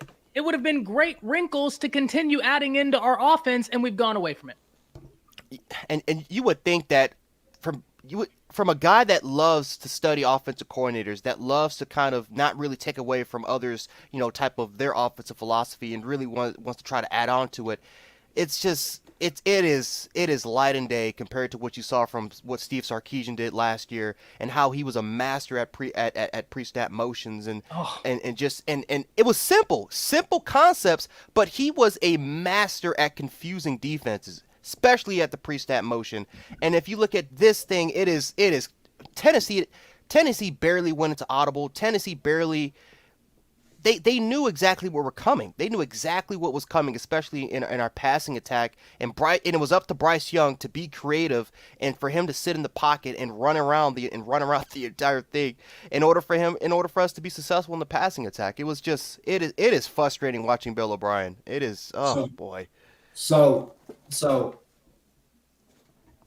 Hacker Music has the coming of the year right now with that. I was trying so hard to keep it. Did you see this, Jance? What he said? Oh, what happened? So Hacker Music commented, I have it pinned up. He said, "I understand every word Coach O says from watching Swamp People a lot." Hey, so I was going to ask you guys. So we talked all about Alabama. I think you guys have had your therapy, your intervention with Alabama. I think so. Okay, so here's the question. So you guys got LSU at home after the bye, New Mexico State, which we know what that is. Arkansas at home, and then on the road against Auburn. 4-0 the rest of the way, or 3-1? Should be 4-0. Who scares you the most out of that? Auburn. Probably Auburn, because Auburn, I don't know who they are. I have no idea. Now, Jance, maybe you have a clear indication on that, but I am a little bit puzzled as to who Auburn is. I have no clue what their identity is, and I have no clue. We all know who Bo Nix is, but it's that magician factor. It's the fact that every time we play Auburn in Jordan Hare, something is always going wrong with Alabama. The wildest, craziest plays happen, and I would not be surprised at all if Bo Nix runs around the pocket, runs around all over the place, throws up a prayer, and all of a sudden, just magic starts to happen with the receiving core. All of a sudden, they can run the football. It's the craziest, wildest things every time we play Auburn and Jordan Hare. That just scares me. And it's not like they haven't played bad football. They've played okay football so far, but they are a threat. They are a huge threat, and especially coming off a game like Arkansas, that's not going to be an easy game either. No, that is not going to be an easy game. So you have to play kind of back-to-back games where you just, I think you play Arkansas at home and then you go on the road to Jordan Hare. That is, Oh, I was that's actually not gonna be thinking easy. about answering Arkansas because I think that's going to be a tough game. So here's the thing about Arkansas: the X factor is going to be KJ Jefferson. Can he pass the ball? I mean, obviously we know they can run the ball, but can he pass the ball? I mean, if he can actually get some passes, because here's the thing: as much as I give Bo Picks crap, I listen, people, Bo Picks, not Bo Nix, but much as I give him crap, Bo Picks and KJ Jefferson are better quarterbacks than Calzada right now, as is today. So with that being said, why can't they have a game, just a better game than he had all around, and be able to put their teams in a position to win? Because that Tennessee team, I do not believe that they are more physical than that Arkansas team. I just think Arkansas. Oh, no. I don't know, that 3-man front that they have is pretty nice up there. So I mean, I don't know. I think you guys go 4-0. It's funny how we're talking about Arkansas and Auburn, but we're not talking about LSU like they don't have the same caliber of athletes. But I guess just with the dumpster fire that's going on up there, it just doesn't really seem like that's going to formulate. And I think Nick is going to want a Mortal Kombat finish him, right? Like, because look, this is I'm going to be a very quick Coach O rant. You don't see coaches win a big game like Coach O and instantly go saying F you, F you, F you to the other players. That's what Coach O did. He was saying F you to Alabama players. You're not worth it. This man ran his mouth and was so disrespectful. You're going to get caught, bud. Like, it's not going to end until you're out of there. Saban wants him. You remember what Saban said before that game last year? He said, now they think they can play with us, and we got to change their mind. This is not over. We're out for blood against LSU. Oh, yeah, we still remember what Orgeron said when he said we're going to beat their ass in recruiting. We're going to beat their ass every time we see them. We're going to beat their ass at home. This is our field. And, of course, the famous, roll tide what, F you type of thing. I mean, Nick Saban remembers that. Alabama fans definitely remember that. I mean, that's burnt. Oh, yeah. That is burnt into the memory. So Nick Saban, yeah, he is going to want to kill Ed Orgeron and that LSU football team. That's why that's the one particular game where I'm not as worried compared to, as what everyone is kind of saying. Listen, Completely we understand. This is LSU's national championship. That's their national title if they beat us. But this is also a game that this is revenge. We are going to crush LSU. I am 100% confident in that. Nick Saban's motivation. I mean, he is going to play that clip every single time he can get. Every time he's in meetings with those players. And he actually did last year. I remember one of the players actually talked about that they actually played the clip over and over and over again until it was just it was integrated right in their minds, and they were and everything. By the time they played LSU, it was just curtains. Yeah, I don't really too much worry about LSU this year. They're all over the place, and I don't think they're physical up front. No. I don't think that they're. Now, Roberto thinks that they're going to upset Alabama, but I don't know. I would ask you this, Roberto. What has LSU shown you this year that you believe they have a capability to do so? Right? Because at least when we were talking about A&M had a very good defense before they played Alabama. It's dropped now, and they had a good running back. I gave up on LSU. Like you turn on the game, they're playing Ole Miss, and you're like, oh, they're up 7-0. This might be a good one.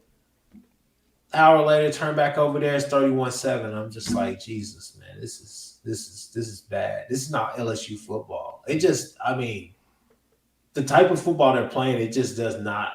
They look so uninspired. I take that back. The effort is there. It's just something's not clicking. I mean, we say something's missing about OU and Alabama, but I mean, hell, LSU, it seems like the lights are off. They haven't woke up yet. They haven't gotten off the bus. Like, they travel, but they still haven't gotten off the bus yet. Like, I mean, it's not clicking. LSU fans would tell you it's their coaching. Ed Orgeron has struggled with putting on a really good coaching staff. Ever since that 2019 coaching staff, it has just not been good. It has been horrible there. And you saw what Ed Orgeron did last year, man. He fired his entire coaching staff, try to get a much younger crew, a much younger, more relatable type of coaching staff to the players. Bo Pelini. I mean, he tried to get a younger, more relatable coaching staff for this particular year, Oh, and it Yeah. just has not been That's working out. that's like that's the first sign of he's probably not going to last that much longer. But I mean, with LSU, I mean, you go back to last year and just you got to say it. I mean, hell, you lose 16 players in NFL draft, of course, but you didn't think Yeah. that you would be this bad. No, No. and you're 100% right, Chris. You're 100% right, and I do need to remember that. I think the reason I might feel a little bit jaded, and I may be speaking for Jance here as well.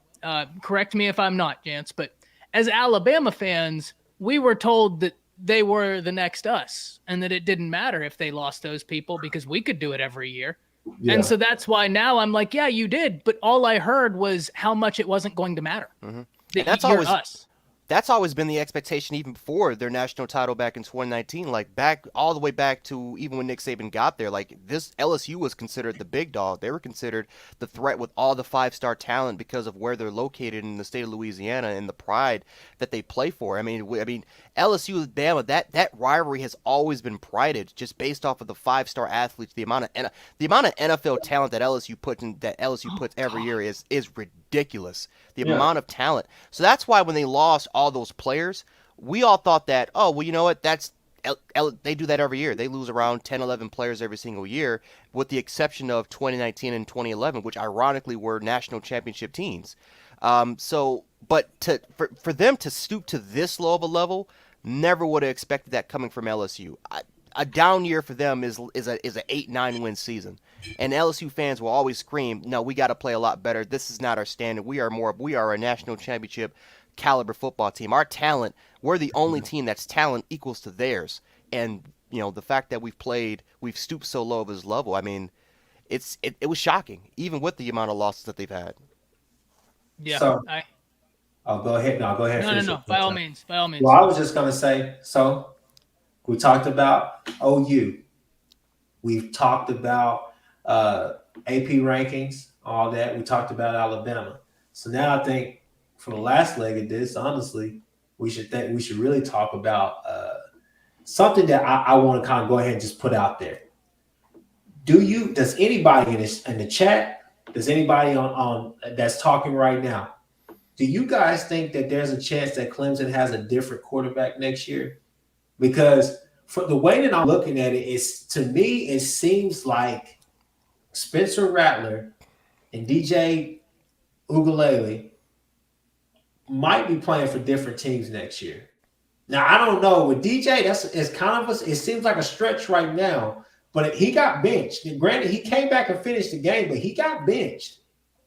So it's one of those things, and Clemson fans and a lot of people think that I can't say his name, Cade Klubnik. Yeah, Klubnik. A lot of people think that he's going to supersede. That he's going to take DJ's spot next year. They think it's going to be a whole Kelly Bryant. I watched him in the state championship game. Yeah, against South Lake Quinn Carroll. Ewers. Yeah, I was at it. I was interning for Dave Campbell's Texas Football at the time, and we got to remember before that they took on North Shore. He beat North Shore to get to South Lake Carroll, and then outdueled the number 1 player in the nation. He was fantastic in that game. I mean, I remember watching that game and thinking, oh my goodness, this kid. I was sitting there thinking, praying to God we'd get Ty Simpson when he was deciding. But in the back of my mind, I was like, if by some chance Ty Simpson goes Clemson, we need to be all over Cade Klubnik. He's great. And he has the lowest interception rate of any quarterback rated as a 3-star or above. He's really good. So, Jess, what you think about that? Do you think that it could be problems there for DJ, or do you think that he's good? I feel like DJ has to transfer, and this is more speaking to just the mental aspect of it. His mentality is kind of shot. I think that when you really look at what he's performing, I mean, a lot of those throws, He's missing open reads. He's not really going through his progressions. It seems like he's panicking a lot more in the pocket. He's releasing the ball a lot more quicker now because, again, his offensive line has played a lot more poorly. But I also will blame Tony Elliott in this. Tony Elliott does not put this man in the proper positions that he needs. And DJ Uiagalelei, I've been watching this kid since he was an 8th grader, back when he was playing for the varsity team back at St. John Bosco. That is a talented quarterback. He's got the juice. He's got the juice. No shortage there. He has one of the strongest arms you will ever see on the football field. He's extremely accurate. And again, I understand it's high school, but when you're playing in the Trinity League against Mater Dei and Servite and all those caliber schools that have 20 to 30 D1 prospects, and for you to come out to have the game against and we even see the game against Notre Dame or even the game against Boston College. We've seen the tape. We got tape on DJ Uiagalelei, and we know the type of success that this guy has. But if you look at this particular year, nothing has went his way. Nothing has went his way, and I feel like at this point of the season, his mentality and his confidence as a quarterback right now is shot. I mean, he can't even average 150 yards passing. Like, it's that bad that he can't even average more than 150 yards passing. And they're not playing great teams. Mm-hmm. They're not. Here's the problem. I mean, hell, it's the ACC. The ACC is terrible. Here's the problem, because I'll tell you this right here.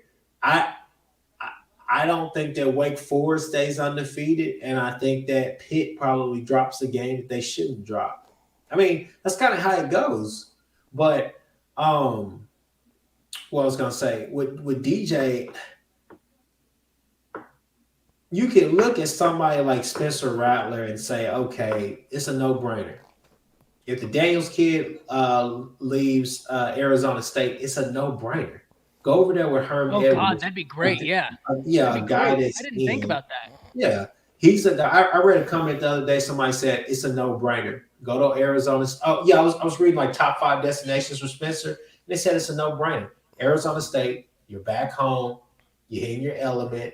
Herm Edwards is a guy who can really weed out all that me nonsense and just kind of get you to play football. Have a really good season there for Arizona State. Get them to a pretty good bowl game or whatnot. Rehabilitate yourself. Herm Edwards, you do what you need to do. And that's somebody who can actually speak to these teams and people will actually listen to and say he's just not blowing smoke. And of course, they're going to go back to Lincoln. Lincoln is not going to have any problems with the kid. But when you look at – now, go ahead. So this is a great comment because this is what I wanted to ask you. I completely agree about ASU for Rattler, right? Yeah. I didn't think about that. I think that that's brilliant. I really do. That's exciting. What about USC for DJ Uiagalelei? Oh, why not? He lives 20 minutes away from there. I don't know, because you got Slovis has to come back. I don't think he can go out unless he wants to go late. Well, he'd have to sit a year, right? If he transferred, there's not the one-time transfer rule anymore, or is there? It is. Oh, that's right. It's stagnant. Yeah, never mind. So Slovis is still there, and then they got that kid that they're really excited about that came in when Slovis was injured. So I mean, I don't know. I mean, I don't know. I would say USC, UCLA. I would say Oregon is also. I think Anthony Brown is a junior or senior. I think that could be a good destination for him. I think it's one of those. Washington, I think could be a good destination. Remember, that was one of his finalists going back to last year. So, do we think that both of them are Pac-12 bound? I think that might be the best case scenario for both of them. Yeah. I don't think Oregon is a good spot for him. And I think a better spot would be, I think that'd be a better spot for Spencer to go, because Spencer could beat out Anthony Brown, but he also could beat out that 4-star that they have up Ty there. Thompson. Ty Thompson. Really high on that kid. I really like him. Yeah, so that's what I'm saying, because I don't know. I think that, excuse me, one team in the Pac-12 that I think makes sense for Rattler, hell, it may make sense, I don't know, for DJ, but for Rattler, I think that you wouldn't go wrong. If your top 3 destinations in the Pac-12 are Arizona State, Oregon, and last but not least, I think Stanford. Interesting. The one thing that David Shaw is always missing is a really, really, really good quarterback.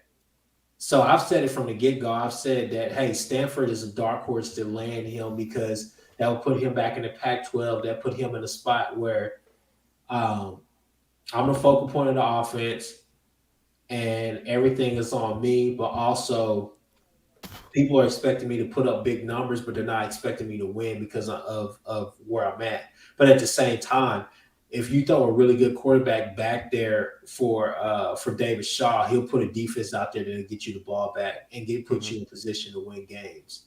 So that's kind of where I'm at. I don't know. I don't think he's on the hot seat or anything. I don't think he's been on the hot seat out there. But didn't Stanford just get a great win against? Didn't they just upset Oregon? Or am I? They upset Oregon a few weeks ago. Yeah, it's a great win. They did. That's a great win. He's fine. Yeah, he's fine. So I think that those are the three spots that I look at for somebody like Spencer. But as far as DJ, it's kind of hard. I even said Notre Dame would be a good spot for Spencer, but then again, I don't know if I'd go out there and mess with Brian Kelly. But as far as DJ, do you think that he'd fit that style that Notre Dame runs?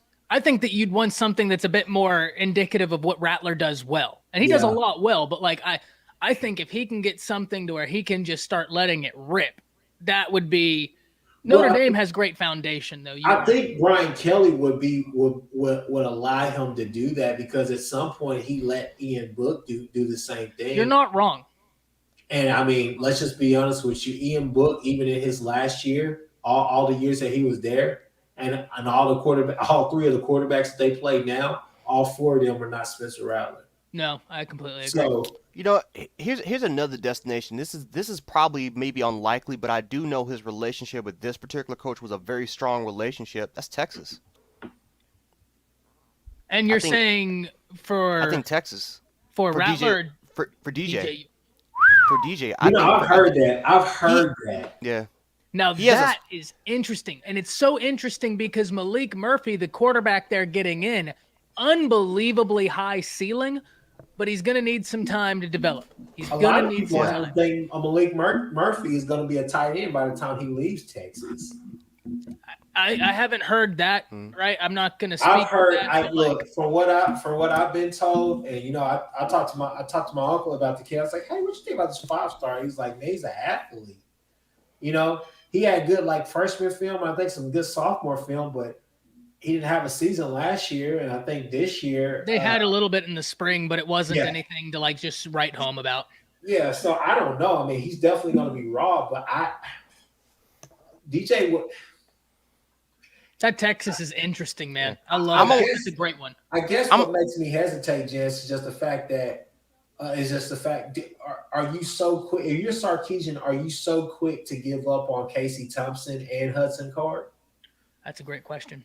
I think if DJ does arrive there, I think that he might have to sit on the bench for a particular year. But the only reason why I'm saying DJ is because Steve has a very good relationship with DJ Uiagalelei. Like back when Steve Sarkeesian used to go out to California to try to get Bryce Young, Bryce Young and DJ, these two they would train together. These two guys were very, very close. They would train together. They would compete with each other, and these guys would They're throwing to NFL type of caliber receivers because the type of camp that they're playing on, it's very expensive, but it's a very well known camp, and especially in the Los Angeles area.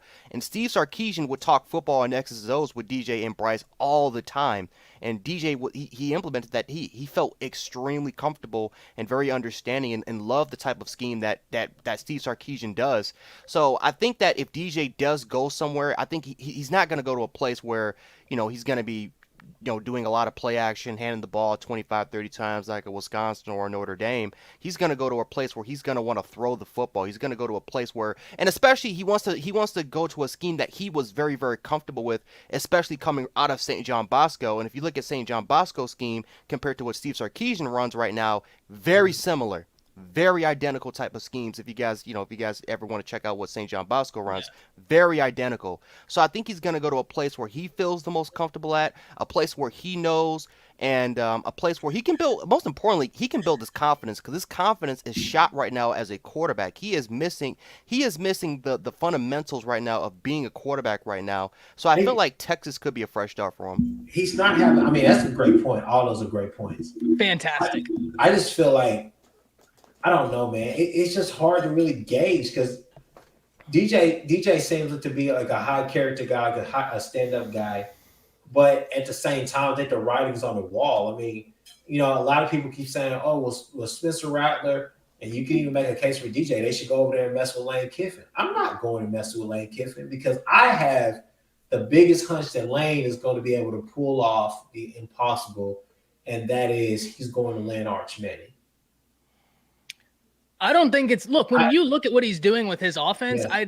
we don't need to pretend like it's out of the realm of possibility. Lane is a brilliant offensive mind. He is. My uncle threw out a monkey in a wrench. He said, "Hey, I can tell you now, if LSU was to hire Joe Brady, Arch Manning going to LSU." That's not a possibility. We're not even. You don't think so? You don't think so?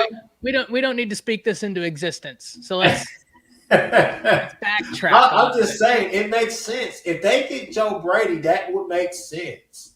But do you think that? No, I agree with Jance. I go with Jance instead of saying my point. Because I was gonna say, do you think DJ looks to the SEC any, or do you think I think he would go Pac-12. I think it's a no-brainer that both he and Rattler should go to the Pac-12. It just makes the most sense. It's the most logical thing that you could think of. It could definitely be a big possibility. Again, he lives 20 minutes away from USC and UCLA, and UCLA is a little bit down the further road from him. But he knows the place extremely well. A lot of his best friends go to USC. Some of his best targets that he threw the football to at St. John Bosco are both at USC and at UCLA. I think Hudson's at Oregon, but for the most part, those are schools that he's extremely familiar with. He's very familiar with all three or even four of those programs because I got to include Washington in there. So yeah, for a comfort standpoint and from the feeling of being at home, I can understand those. But if I'm DJ, I'm thinking I need to go to a place that can get me to the NFL. I need to get to a place that that from day one I can get in there and I don't have to kind of relearn the entire scheme and I have to kind of I have to study this type of offensive philosophy and try to implement that to be a part of my game. I have to adjust my game to that particular scheme. I think he's going to go to a place where, what scheme fits him the best, what scheme that he can just go in there from day one and automatically he can just, he can get down or at least get at least a part of it down.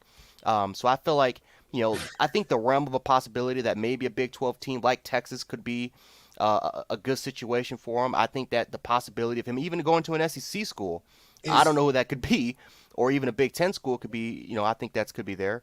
Is he good, Jance? Is he good enough? Is he good enough to beat Casey Thompson and Hudson Card out straight up right now? He's good enough to beat Hudson Card out. I don't know if he's good enough right now to beat out Casey Thompson right now. I don't think he's good enough at least at this particular moment. He might have to sit a year behind Casey Thompson right now. I'll throw in another school real quick. Yeah, upside is extremely high. I mean, you're talking way oh my goodness. One more school that I think could be a potential, Pittsburgh. Might not like it, but you're talking about a school that fits. The reason why I'm saying Pitt is because the scheme is very familiar to what DJ wants. And they're known to kind of putting quarterbacks in the NFL. It's a quarterback-friendly school compared to what you're seeing. But you'd be better off saying Rattler. I mean, look at the quarterback that they have now. He's not a mobile guy. He's a pocket passer. I mean, he's throwing darts. I mean, that is interesting out there. Mm-hmm. I mean, it's interesting. I think that if you're DJ, I think if you're DJ. The first thing that has to happen for you is that Tony Elliott has to go. He's got to go. That's not going to happen though. That's the hard part because that's his best friend. Here's the crossroad that Dabo is at. Okay, Dabo Swinney can either he can keep going. Well, because he was next in line to get the Alabama job, but Dabo Swinney. You're looking at him and saying, hey, look, you can either be great and go on and keep Clemson as a national powerhouse and all the rest of that stuff, or you could be best friends with people and be Bob Stoops in the last couple of years of this whole thing. Because Bob Stoops, Tim Kish, Mike Stoops, names like that. He kept those people around, and I mean, it's you can see the problems, the after effects that we're having now on defense. We've been so bad for years, and now that we finally have a pulse, and we're finally being able to put defensive players in the league, which we were, but just not at a high clip, and not at a clip where kids were like, "Oh yeah, I want to come to OU so I can be a 6th-round pick or 4th-round pick." You get what I'm saying? Yeah. But Dabo is gonna. It seems like Dabo is messing around with that because you could tell me Venables can stay. I'm fine with that. But as far as Elliott, you got to cut ties. You got to do something because this is just not a 2021 problem. This has been This was a 2020 problem. I mean, you haven't looked great against great competition in the last couple of years. Hell, you haven't looked great against some of the lesser competition in the last couple of years, even with Trevor Lawrence and ETN and all those wide receivers. So you gotta make some decisions. I mean, hell, just like Lincoln and Grinch got to make some decisions because there's some guys on the staff that you're looking at now. Just like I like Brian Odom, I really like Roy Manning, but maybe we need to look elsewhere with the DBs. Maybe we need to look elsewhere with the linebackers. But there's decisions that you have to make. And I'm sorry, he may be your best friend, but hell, you got a 5-star quarterback. You got another 5-star quarterback. If you don't get rid of him and you lose DJ, and then the other kid comes up there and he goes through the same problems, then now you're looking and saying, well, I guess it was a me problem instead of them. You get what I'm saying? So you got to figure out something. And I mean, that's the whole thing is just – you got to play to their talent. They're not putting they're not putting DJ in any type of position to win. Some of the, I wouldn't even say it's DJ is missing some people. He's definitely missing some people. He's overthrowing some guys, but I wouldn't put it all on him. Will Shipley has been less than incredible this year. He's been short of, he's been injured as well. I think that other running back, what's his name? Pace. Pace. He's had. Obviously he's been playing, but he's had a better season than Will Shipley, and now he's went back to his backup role. I don't know what to tell you. And then Ross, it's like I don't know the offense. I feel so bad for him. Yeah, man, because he's been killing it. It's not he has been killing it this particular year with his route running, but it's just he's open and DJ you can't do anything if the quarterback doesn't get you the ball. Yeah, but doesn't matter. It's sad.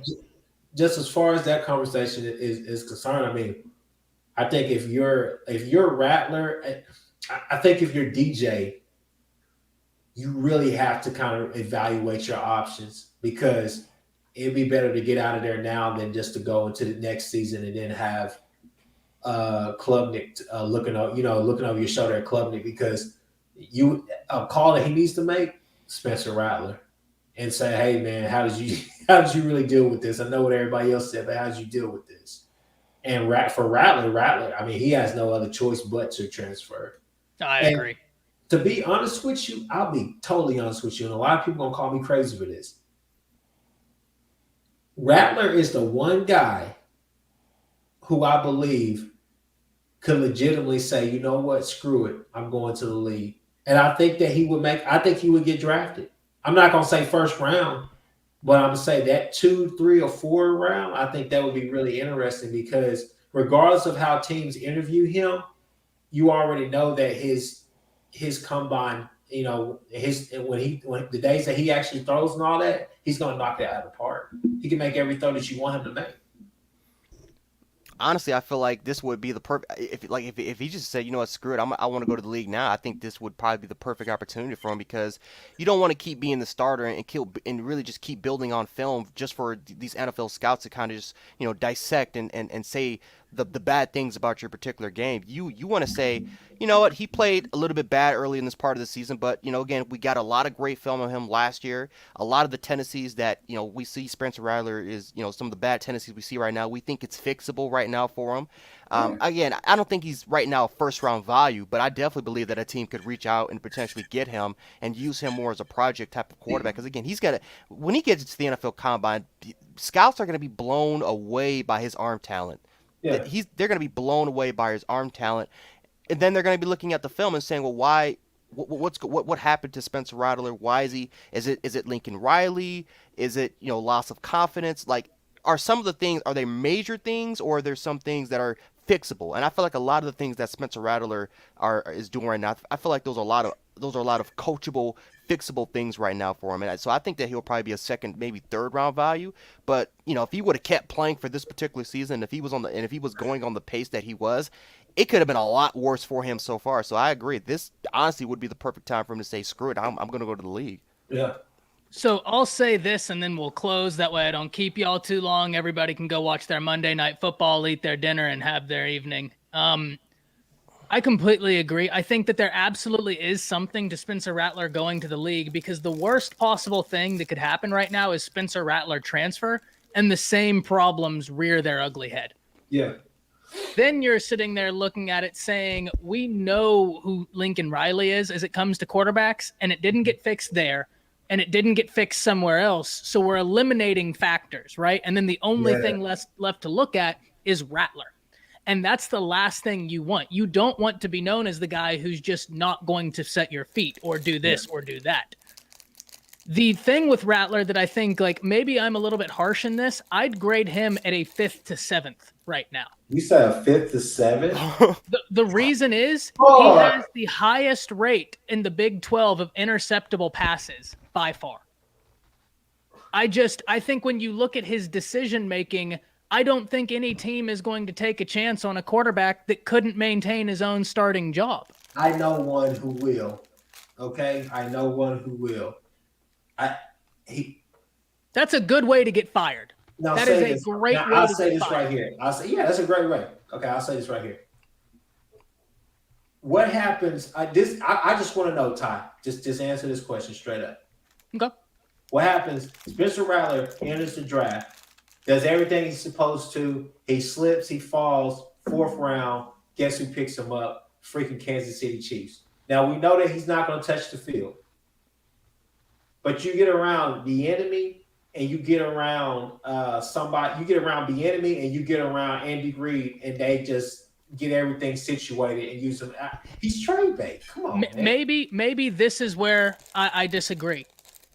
Do we think that Lincoln Riley's the best quarterback mind in college football? I'll say yeah. He couldn't save him. He couldn't save him. He couldn't save Spencer Rattler against Tulane's defense, against Nebraska's defense. So we're saying that the greatest quarterback mind in college football could not save this individual when his wide receiver core is loaded with 5 stars. The young man struggles with reading pre-snap defenses, but somehow that's going to get fixed at the next level. I just think that either Lincoln Riley is the best quarterback guy in NCAA or he's not, right? Like, what is it about Bieniema that you think is going to be different than Lincoln Riley? Lincoln Riley is a guru, and he's not getting it done.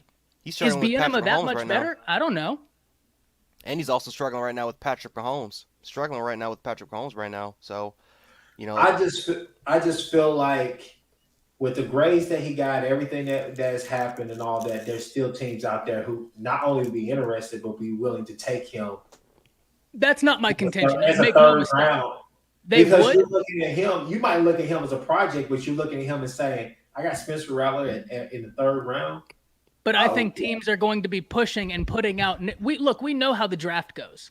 They're going to be publishing narratives because every team is going to sit there and say, hey, this kid has got upper round ability. But if we can nab him in the 5th, everybody's going to look at our GM like he's a genius because that's the game that's being played. So I think I'm looking at this not where his ability should have him drafted, but where the NFL is going to look to try and get the highest value for that pick. I think when you look at Spencer Rattler through everything that he's been through, if he was able to go through a combine and didn't even have a pro day, I think you would see Spencer Rattler somebody would take a chance on him in the 3rd or 4th round. I don't see Spencer Rattler slipping past the 3rd or 4th round. I really don't. See, and maybe, but and Deshaun, he said he only had Hazelwood. He didn't have Weiss, really only had 1 5-star to work with. But you have Marvin Mims, who OU fans have been telling me how great he is. Woods has been fantastic this year, and you still did have a 5-star to go along with the greatest offensive mind in college football. What more do we need to give him? A Lamborghini to drive around the field?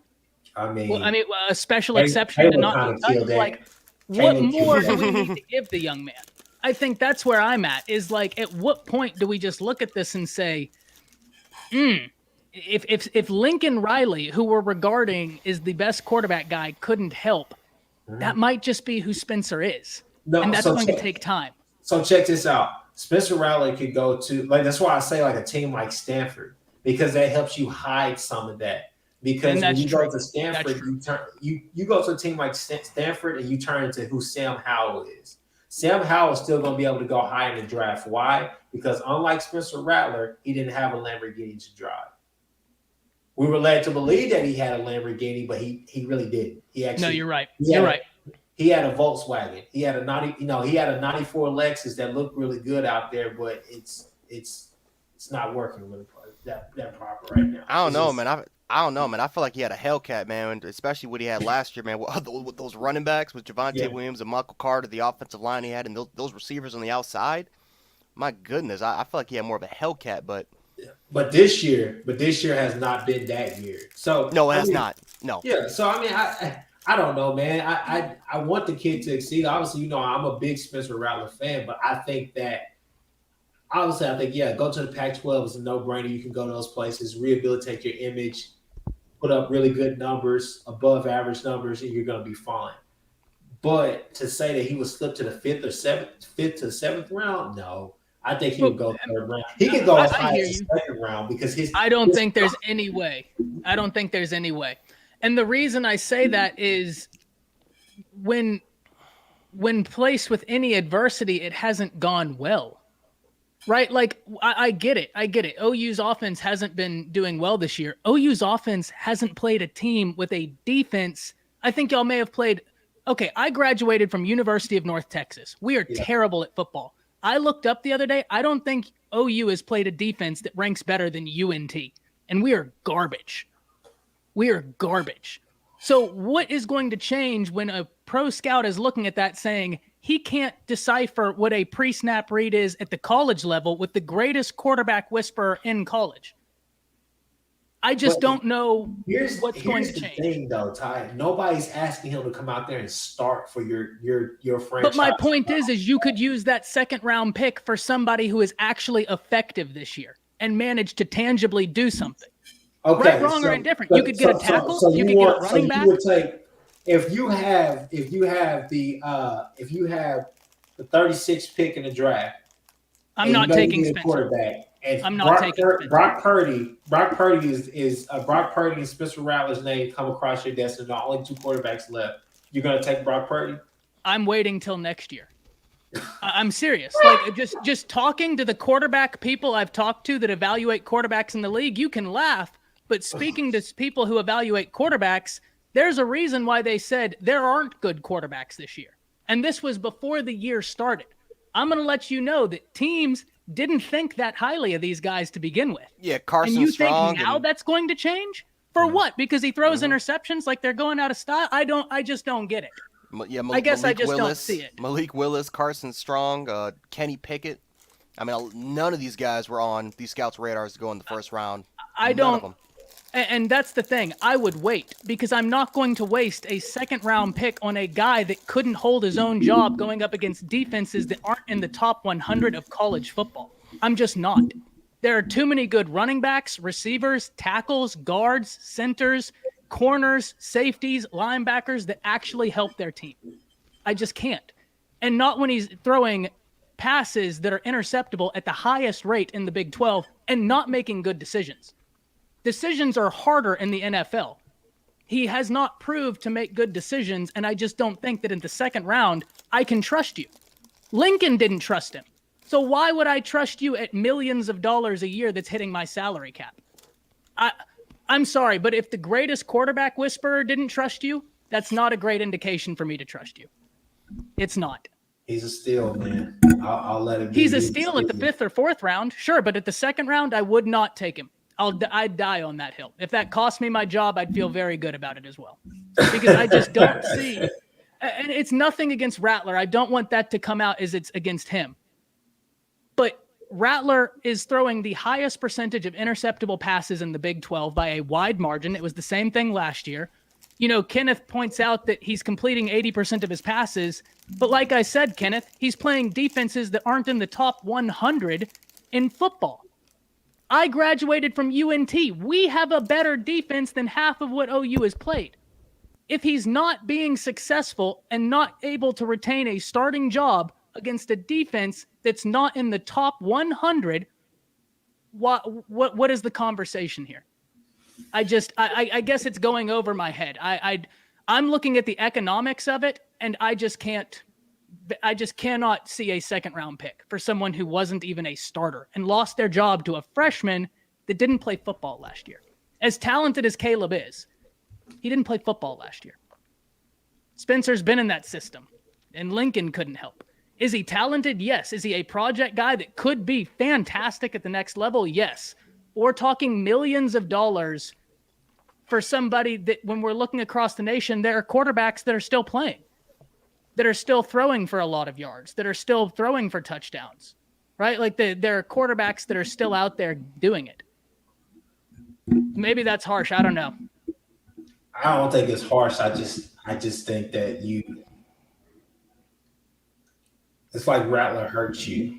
Like you had these big expectations for me. I did because I came out at the beginning of the year saying this guy, I completely understand why he's the Heisman favorite. He's the only major quarterback coming back to a team that has a bunch of talent, and you're going out there right now and you're not playing up against competition that's very good, if we're being honest, and he lost the job against competition that's not very good.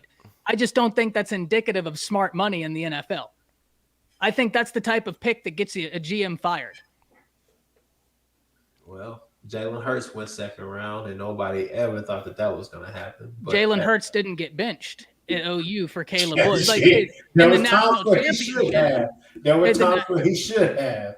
There were times where he maybe. But now that we're looking at Spencer Rattler, would it have been a tangible difference? Probably not. So maybe that, I don't know. He's incredibly talented. I do not mean to take away anything like that. I'm just looking at this from the standpoint of I could use that second round pick for somebody that actually played, that can come in day one and help me day one. No, I got you. I just will agree to disagree on that one because. And I don't think you're wrong, right? Like I definitely think there's something to your argument. I think I just look at it from the flip side. Yeah. Jess, can he go get drafted or not? Listen, I think I have him right now as a fourth round value. Only because I think teams will go back and look at last year's tape. And even though he had some of those same issues when it came to interceptable balls and, kind of reading the pre-snap there, but I feel like teams will look more. There's always going to be that one team that's going to overreach for Spencer Rattler. There's always going to be that one team that's going to do it. It's going to happen. Is it going to be in the second round or the third round? Could potentially be, because he comes from a huge brand at the University of Oklahoma where he did play with Lincoln Riley and he did have some success. Not like he didn't have any success. He had some huge success at the University of Oklahoma, but like Ty said, those huge problems, man, when it came to pre-snap reads and kind of those reading those defenses, NFL scouts will look at that, because when you get to the NFL, it is a lot faster. The game is way faster, and the defenses that you're going to be facing are going to be way more complex, and they're going to be way more harder for you to kind of understand, to kind of grasp knowledge of.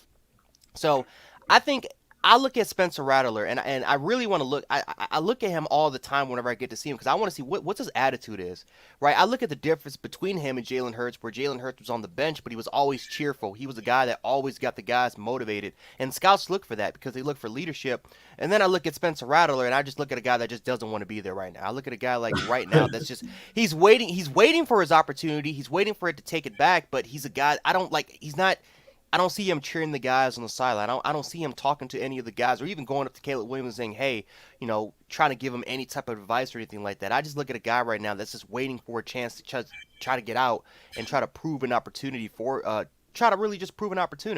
So I think right now, I would have him as a fourth round value. I think even if I'm measuring against some of the other top quarterbacks right now, like Kenny Pickett, like a Carson Strong, like a Malik Willis, like a Matt Corral, I think Spencer would probably be maybe fifth or sixth on that particular tier list.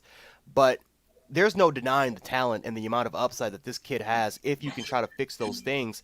I just feel like when he gets to the NFL, it's just up to the scouts to really determine, are some of those things fixable? Some of those huge mistakes he had at Oklahoma, can we fix that? Or is he going to be a guy that's going to be a little bit of a long-term project where you might have to sit a year or two in order for him to have a potential chance of being a starting quarterback in the league? Yeah, I mean, I think we all agree the ability's there. The ability no is question. not the problem. That's not the problem here. But all right, guys, I need to get going. I need to eat some dinner. I don't want to keep y'all from this NFL game that's about to go down. Chris, let them know where you can be found at. Jance, let them know where you can be found at. Hey guys, you can find me at Chris with a K. That's KCHRIS with _K. Horns Down Podcast. You can find us on Spotify, Apple Podcasts, Google Podcasts. We release a lot of content. Seth Oliveris, we're going to get him on here one of these days. But follow him at Seth Oliveris. He's got a lot of great content. Seth's been out here battling in these Twitter streets lately, man. I mean, I've seen. Yeah, I was like, dang, Seth, what's wrong with you, bro? Like, I've seen. But yeah, no, you can find us, guys. Horns Down Podcast. We talk everything OU, Big 12 related. Try to talk some Texas and some O State from time to time. Yeah, you can catch us there. All right, hey guys, my name is Jan Sports. You can find me, of course, on YouTube at Jan Sports. If you guys want to hit me up on social media, if you guys have any questions, or if you just simply want to chat with me, you can head up my social media links at Twitter at Jance716 or Instagram at Jance Sports. Hit me up. DM me. We can talk about anything sports related, or hell, even I do stream sometimes on YouTube. If you guys want to stop by there, always will have the link. You guys, we can talk some football, college football related, NFL related, really anything topic related. I'm always down for a conversation. Yeah, it's always a great time. Thank you to everybody who tuned in. As always, I stream every Monday, 5:30, unless something comes up, and I'll let you know prior to that. We might be doing another stream this week. It all depends. I'll let you know very soon. But Mondays, 5:30, if you have the time, come in, hang out. I have constant guests, Chris and Jance. They're almost always available. If they want to come on, they're on the show. We just talk football and have a really good time. We try and interact as much as we can with the chat. But with all that being said, do me a big, big favor. Go subscribe to both of their content. They make fantastic stuff. And we'll see you next Monday. Thank y'all for tuning in, and it's been a really good time. That's it from me, guys. I'll see y'all soon. Later.